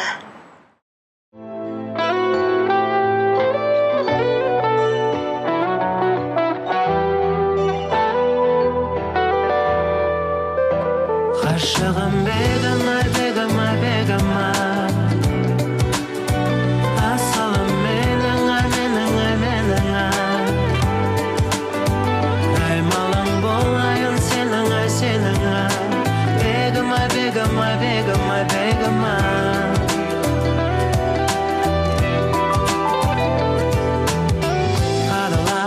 қарақат көздеріңмен жүректі жараладың келеттің қайтайын көк өректі іздіңа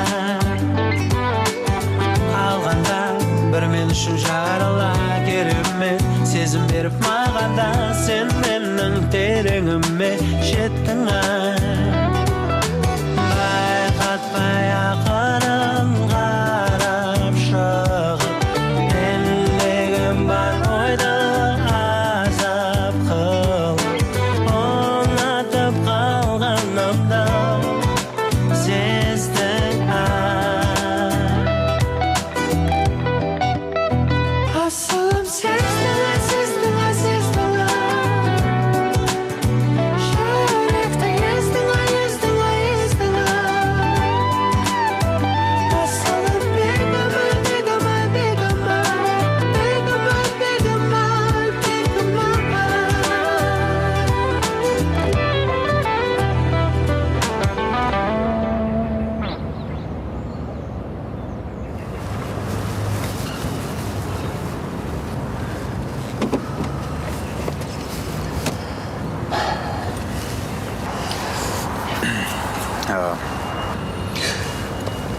Сіз Дина ренжімеңіз. Мен ауылға барып келейін. Сосын түнгі қаланы міндетті түрде аралатамын. Сол ештеңе етпейді, әрине әкеңіз сау болып кетсін, сол ең бастысы. Рахмет. Ауылдан ертең түстен кейін келетін шығармын. Менің жұмыстың бәрін ретте береміз, сондықтан алаңдамаңыз ешқандай.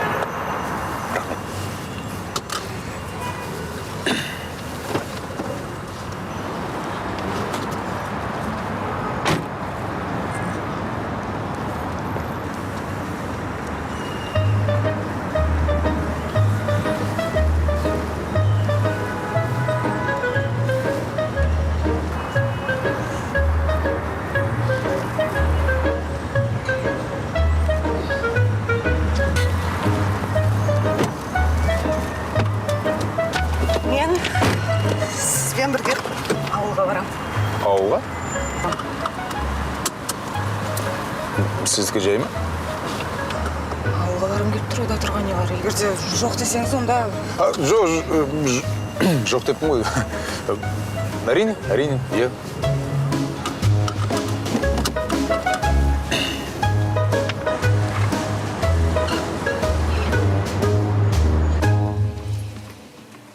Асқар, өлі бүгін күшті күн болды ғой. Нұржан екеуміз базарға бардық. Азық түлік алдық. Оның жартысын таратып тастадық еще. Жақсы екен. Ақшаларың жетті ғой? Иә, жетті жан. Рахмет. Сен болмасаң, ылғи маған қолдау көрсетесің ғой сен. Басталды. Отырей.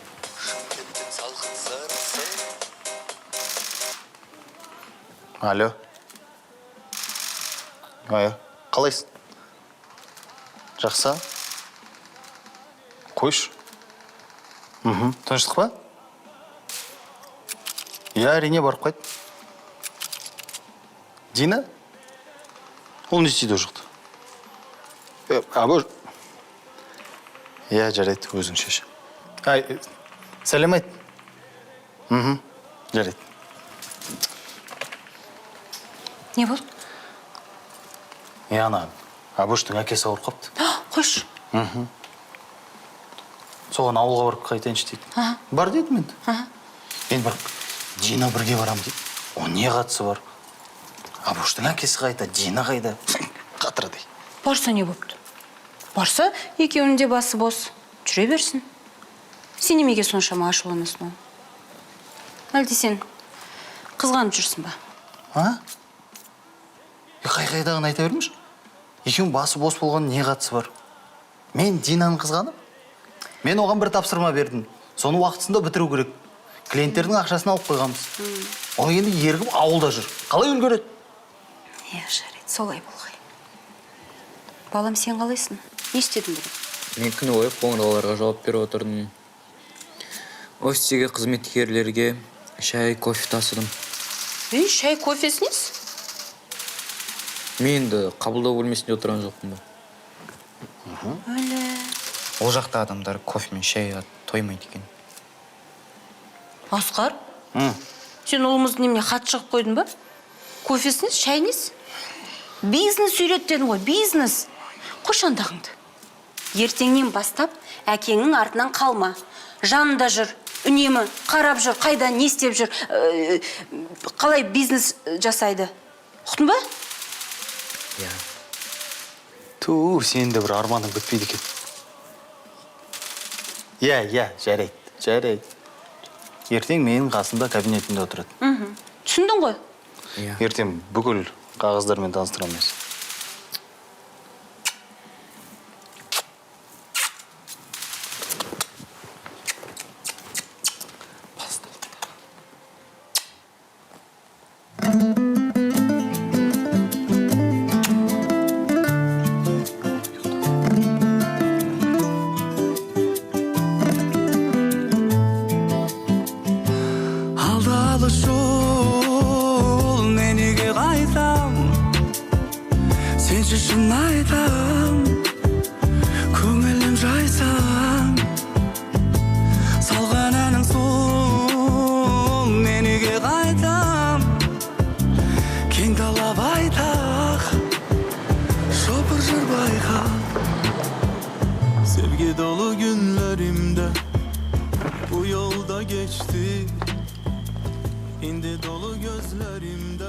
Балам, қайтесің? Алғай, апа.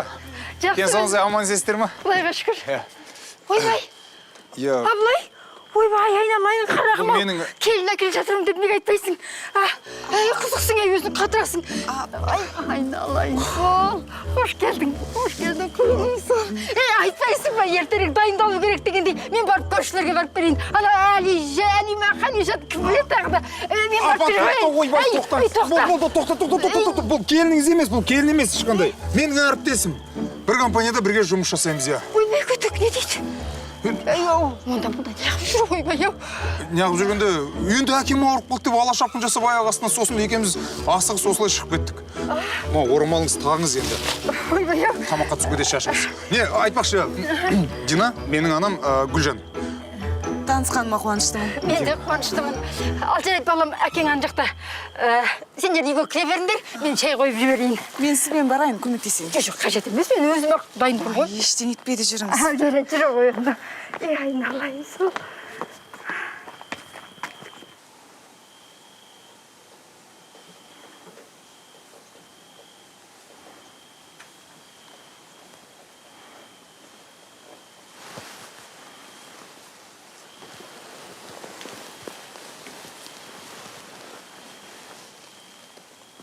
Ассалаумағалейкум.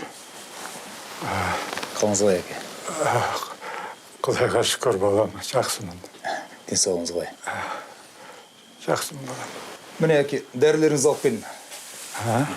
Уақытымен ішу керек. Уақытымен ішпесеңіз, дәрі көмектеспейді. Бекерге әуре болғансың балам. Дәрілерім жетеді. Аллаға шүкір, бәрі де бар. Әке, мен сізді ошол қалаға алып кететін шығармын, сол жақта емдетем. Жүзіңіз тым солғын тартып кетті. Қалаға? Иә. Қайдағы қала? Ауылда да жақсы мамандар бар. Кәрілік келген балар. Кәрілік дейді. Қайдағы кәрілік, әке? Жап-жассыз ғой қылшылдап тұрған. Осы жолы апаммен келісіп сізге екінші әйел жағын қарастырсам ба деп ойлағам ғой. Балам-ай, балам, жаратқан ием, анаң екеумізге мына сенің қуанышыңды көруді жазсын. Әмин. Көресіз, әке, көресіз. Не болды сонымен, екінші әйел алатын болдыңыз ба? Менен бұрын сізді үйлендірсек дұрыс болар еді осы, а?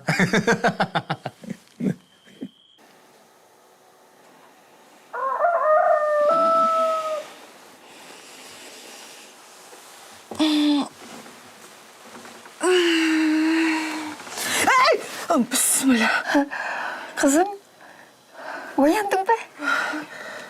Қайырлы таң. Қайырлы таң, жаным. Қалай? Жақсы ұйықтадың ба? Иә, керемет. Ауылдың ауасы болған соң ба ұйқым қанып тұрды. Иә. Мен саған киім алып келдім. Ой, несіне әуре болдыңыз? Ана үстіңдегі ыңғайсыздау болар. Осыны ауыстырып киіп алуға жарайым? Жарайды. Содан кейін шайға шығарсың. Жарай ма?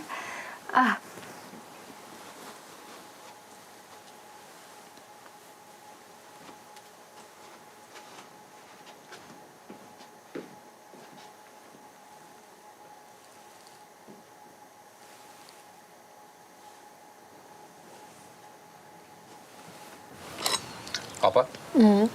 Ернар тәдем үлкен баласы үйленді ма, Нәби? Оңғайсы да. Бюро баша? Ана бюро басы ма? Соны білмейді екен. Карантинде кімнің үйленіп, кімнің ажырасқанын ұқпай қалдық қой төр. Иә. Қызым, келе ғой, кел шай ішейік. Апа, онда мен мал жайға қора жаққа бара берейін, е? Көйлегіңізің болды. Ай, қызым, орамал неге тақпағысың? Қажет емес, апа. Оның үстіне таға алмайды екем. Неге? Қыз балаға орамал таққан жарасады. Кәне әкелмен тағып бере қойын. Кәне? Қыз бала деген орамал тағып жүру керек. Сол кезде шашы жинақы жүреді. Ешқа жерге түспейді. Сосын шашы да қалың болып өседі. Әдемі болып жүреді. Кәне, оның үстінде қазақ қыздарына орамал деген әдемі жарасады. Білесің бе? Қандай әдемі болып қалды? Солай ма? Әдемі жарасады өзіңе орамал. Ой, тағып жүр. Рахмет. Әзір мен саған шай қоям. Қалай ұйықтадың? Ой, керемет.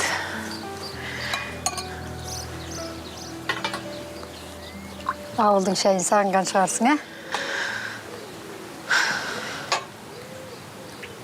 Негізі ауылда өстім, иә. Шәші ғой. Иә, қай жердің қызы боласың? Солтүстіктен. Тіпті білінбейді. Солтүстіктің адамдарының тілі орысшалау болады деп еді. Сенің қазақшаң жақсы ғой.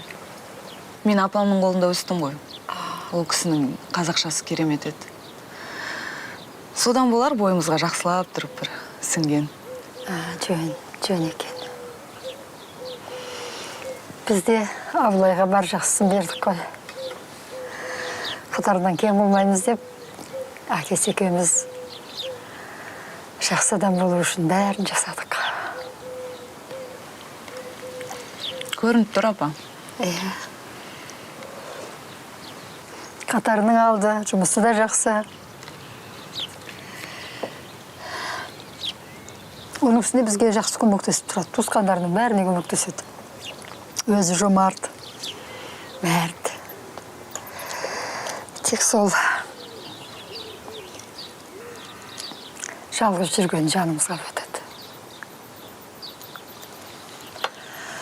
Оның қатарларының бәрі баяғыда үйленіп отбасылы болған. Ал ол болса, бір қызды ұмыта алмай әлі жүр.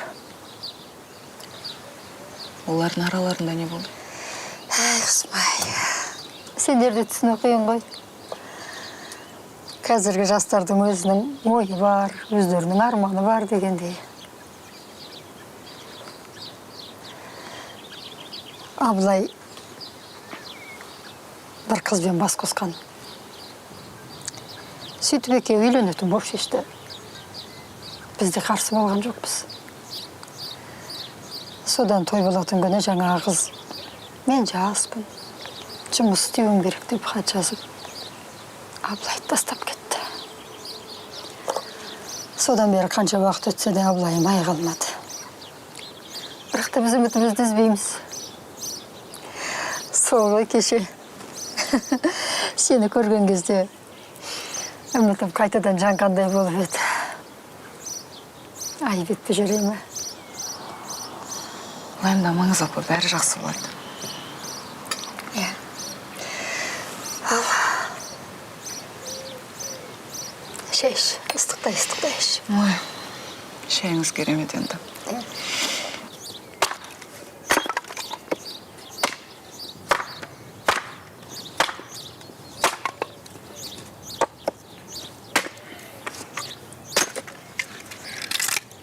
Әке? Не ерте тұрбаңыз, жат демалмаңыз ба ешкене?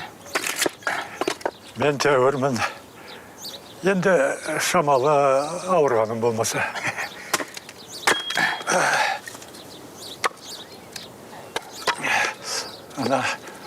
Анан ғой, байбалам салып саған хабарласып жүрген.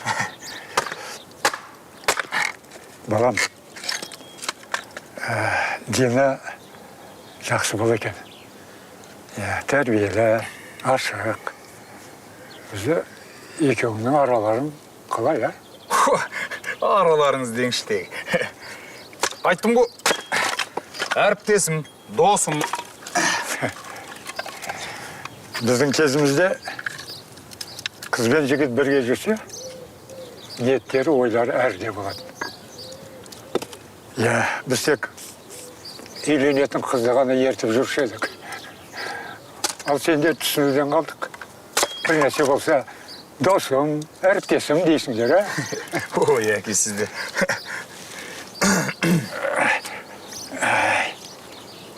Не әке, а? Не әке? Әп-әдемі қыз. Әр нәрсені бір ойлап басыңды қатырмай, одан да жаныңдағын бағала. Өзіңде көріп отырсың, анаң екеуміз бір күн ауыру, бір күн саумыз. Бізде ел қатарлы келін сүріп, немере сүйегіміз келеді. Жасың болса 30-дің үшеуінде, ал сенің жүрісің болса бұлау, бір қызға ие бола алмайды. Досым, әріптесім дейді ғой. Дұрыс айтасыз, әке. Сіздікі жаны. Бірақ енді мен ойымда өйтіп енді ауырып қалу дегенде қойыңыздар енді. Үйленгенде енді уақыт дегенде үйленеміз, әзір жаспын ғой мен. кішкентай баламын ғой.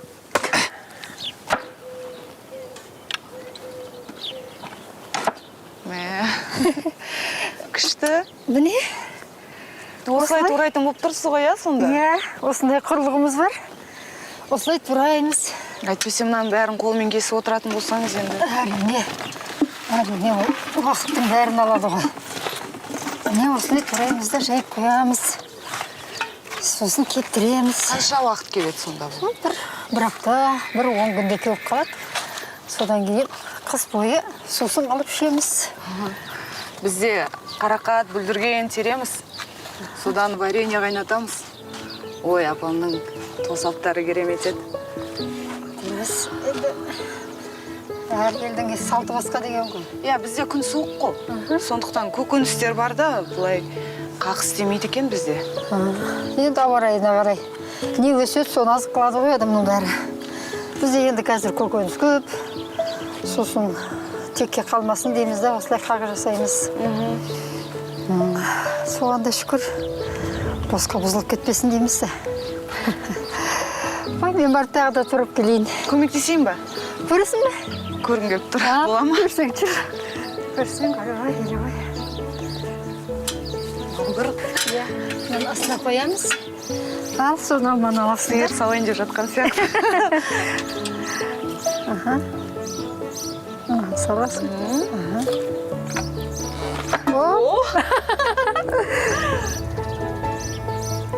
Ал жақсы әке, аман сен болыңыздар. Аман бол, балам. Біз жүрдік енді. Ай, Абылай. Апа? Мынаны қалаға барған соң жейсің. Ой, апа, қалада бұның...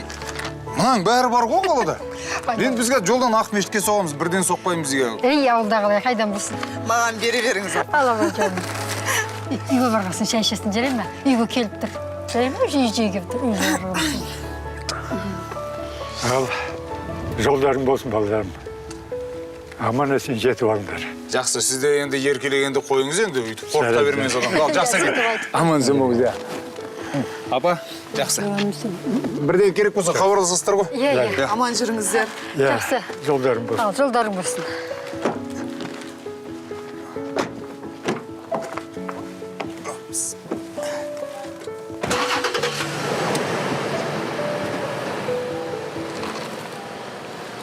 Абайлап жүріңдер. Жақсы, апа.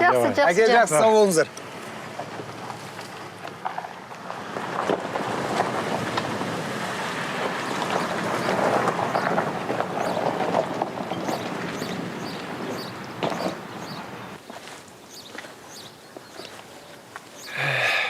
Кемпір, Дина өте жақсы қыз екен. Біздің баламызға осындай адам керек. Иә, рас айтасың. Маған да ұнады. Баламыздың ақылы болса, осы қыздан айырылмау керек. Кім біледі, мүмкін біздің келініміз болып қалар, а? Ауыл, айтқаның келсін. Қой жүр, үйге кірейік. Шай ішейік, а? Жүр, шай ішеміз.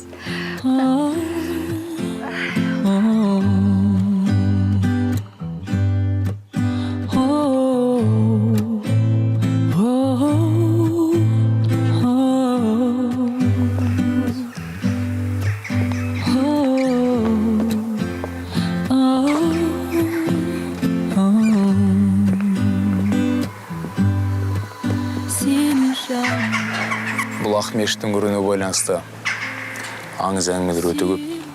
Соның бірі есіркеп қой келді. Батырға қатысты әңгіме. Өзінің 10 мың сарбазымен жауға жоңғарларға қарсы шапқыншылыққа аттанады. Сонда жолда ат нөсер, тұман. Бір сөзбен айтқанда әскер қозғала болмай қалады ғой. Сонда осыны келіп жаңағы паналайды. Таң намаздарын оқиды, ас ауқаттарын ішеді. Содан жаңағы жігіттердің бірі мына үңгірді сіздің атыңызбен атайық деп ұсыныс тастайды ғой Қойгелді батырға. Сонда Қойгелді батыр үзілді кесілді қарсылығын білдіріп айтады. Жоқ, бұл өзімізге атымызға пана болды, таң намазымызды оқыдық, мінәжат жасадық. Бұл жерді Ақмешіт деп атайық. Бұл Қаратаудың қасиеті дарыған үңгір. Сол себепті менің атымен емес, керегелерді ақ ұлпадай аппақ екен тастар, Ақмешіт болсын деп, содан ұрпақтан ұрпаққа өсіп Ақмешіт деген атаумен келген қасиетті үңгір. Бұл жүргенде өзің көріп отырғандай өте көп кісілер келеді. біреу перзент сұрайды, біреу мінәжат жасайды. Біреу бала сұрайды, біреу байлық сұрайды. Біреу дертіне дауа сұрайды. Біреу мәңгілік махаббат сұрайды.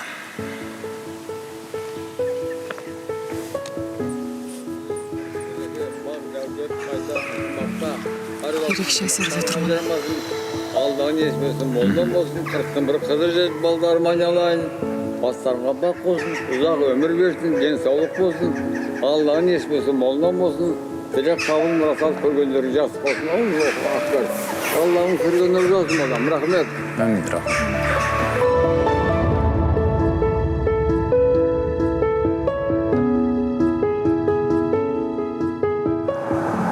Негізі Қазақстанның кез келген жері керемет. Бірақ Ақмешіт ерекше. Құдайдың құдіреттілігін айтамын да, қаншалықты әдемі етіп жаратқан. Иә. Байқаймын, саған қатты ұнаған сияқты. Негізі менің ойымша сол жерде де дамыту керек сияқты. Танымалдылығын арттырып, турлар жасап, әлеуметтік желіде дамытып дегендей. Бізде ондай әдем жерлер өте көп. Құдай қаласа, бірге әлі талай қыдырамыз ғой. Әрине. Айтпашы, қарның ашты ма? Ашты. Соншалықты жер жүрдік, әрине ашты. Болды онда. Қазір жолдың бойында бір жақсы жер бар. Енді тамағын айта алмаймын.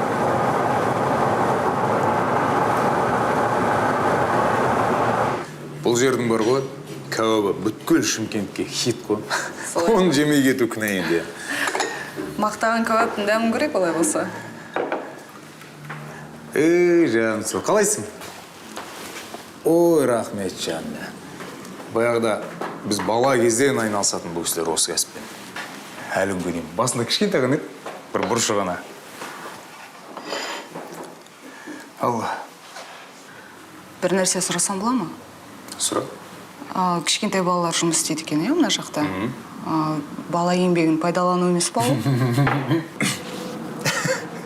Жарайды, түсіндім сен.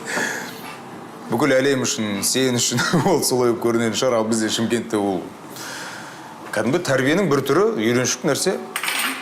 Рахмет.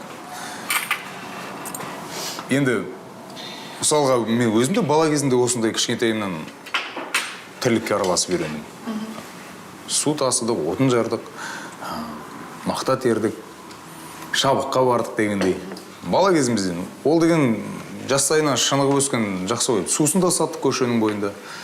Кейін сол үйренгеніміздің барлығы үлкен өмірде де керек болды. Яғни баланы кішкентайынан еңбекке баулу. Әрине, баланы жастан... Қатынды бастан. Иә. Сау. Кел, алсаңшы. Иә, рахмет, қазір мен шығып қайтайын.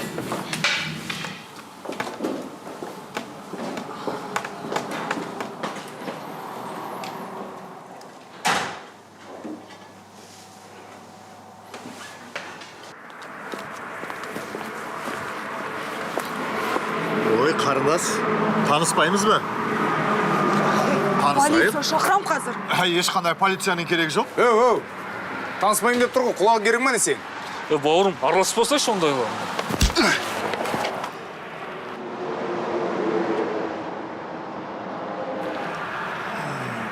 Кешіріңіз, туалет осы жақта ма?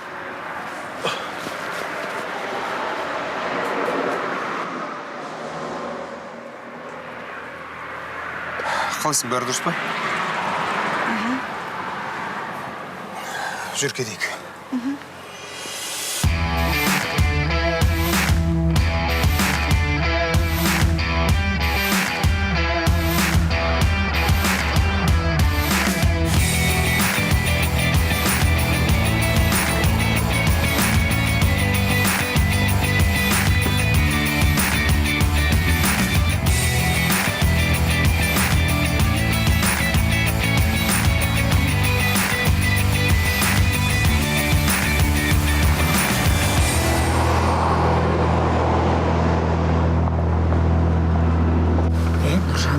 осы Динапше мен Абылай ағаның арасында бірдеңе бар-ау, Сен де бір байқамайтынды байқап, тіміскіленбей жүрші осы.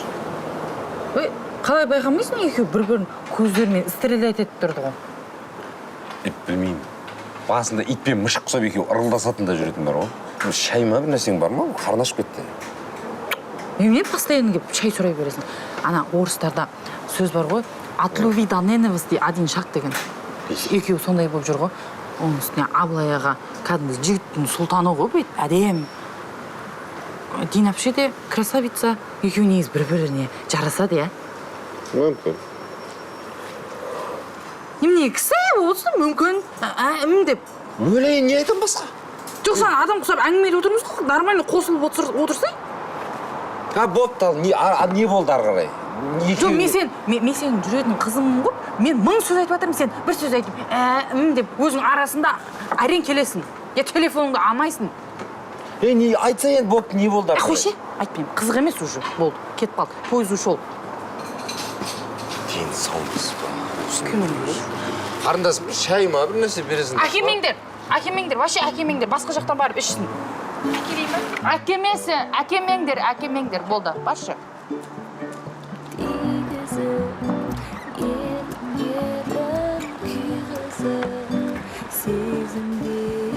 Жақсы.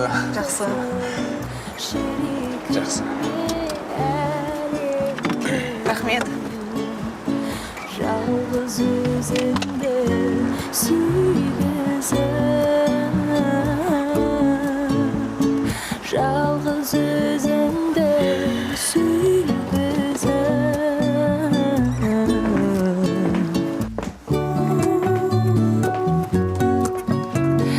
жалғыз өзіңді сүйгізіп, жалғыз өзіңді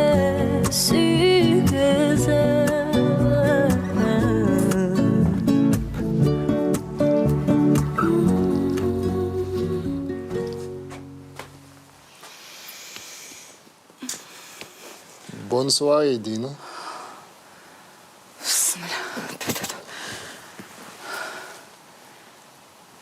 Сен қалай кірдің мұнда? Мен ашпайтын есік жоқ, сен оны жақсы білесің. Айтпақшы, көршіңмін.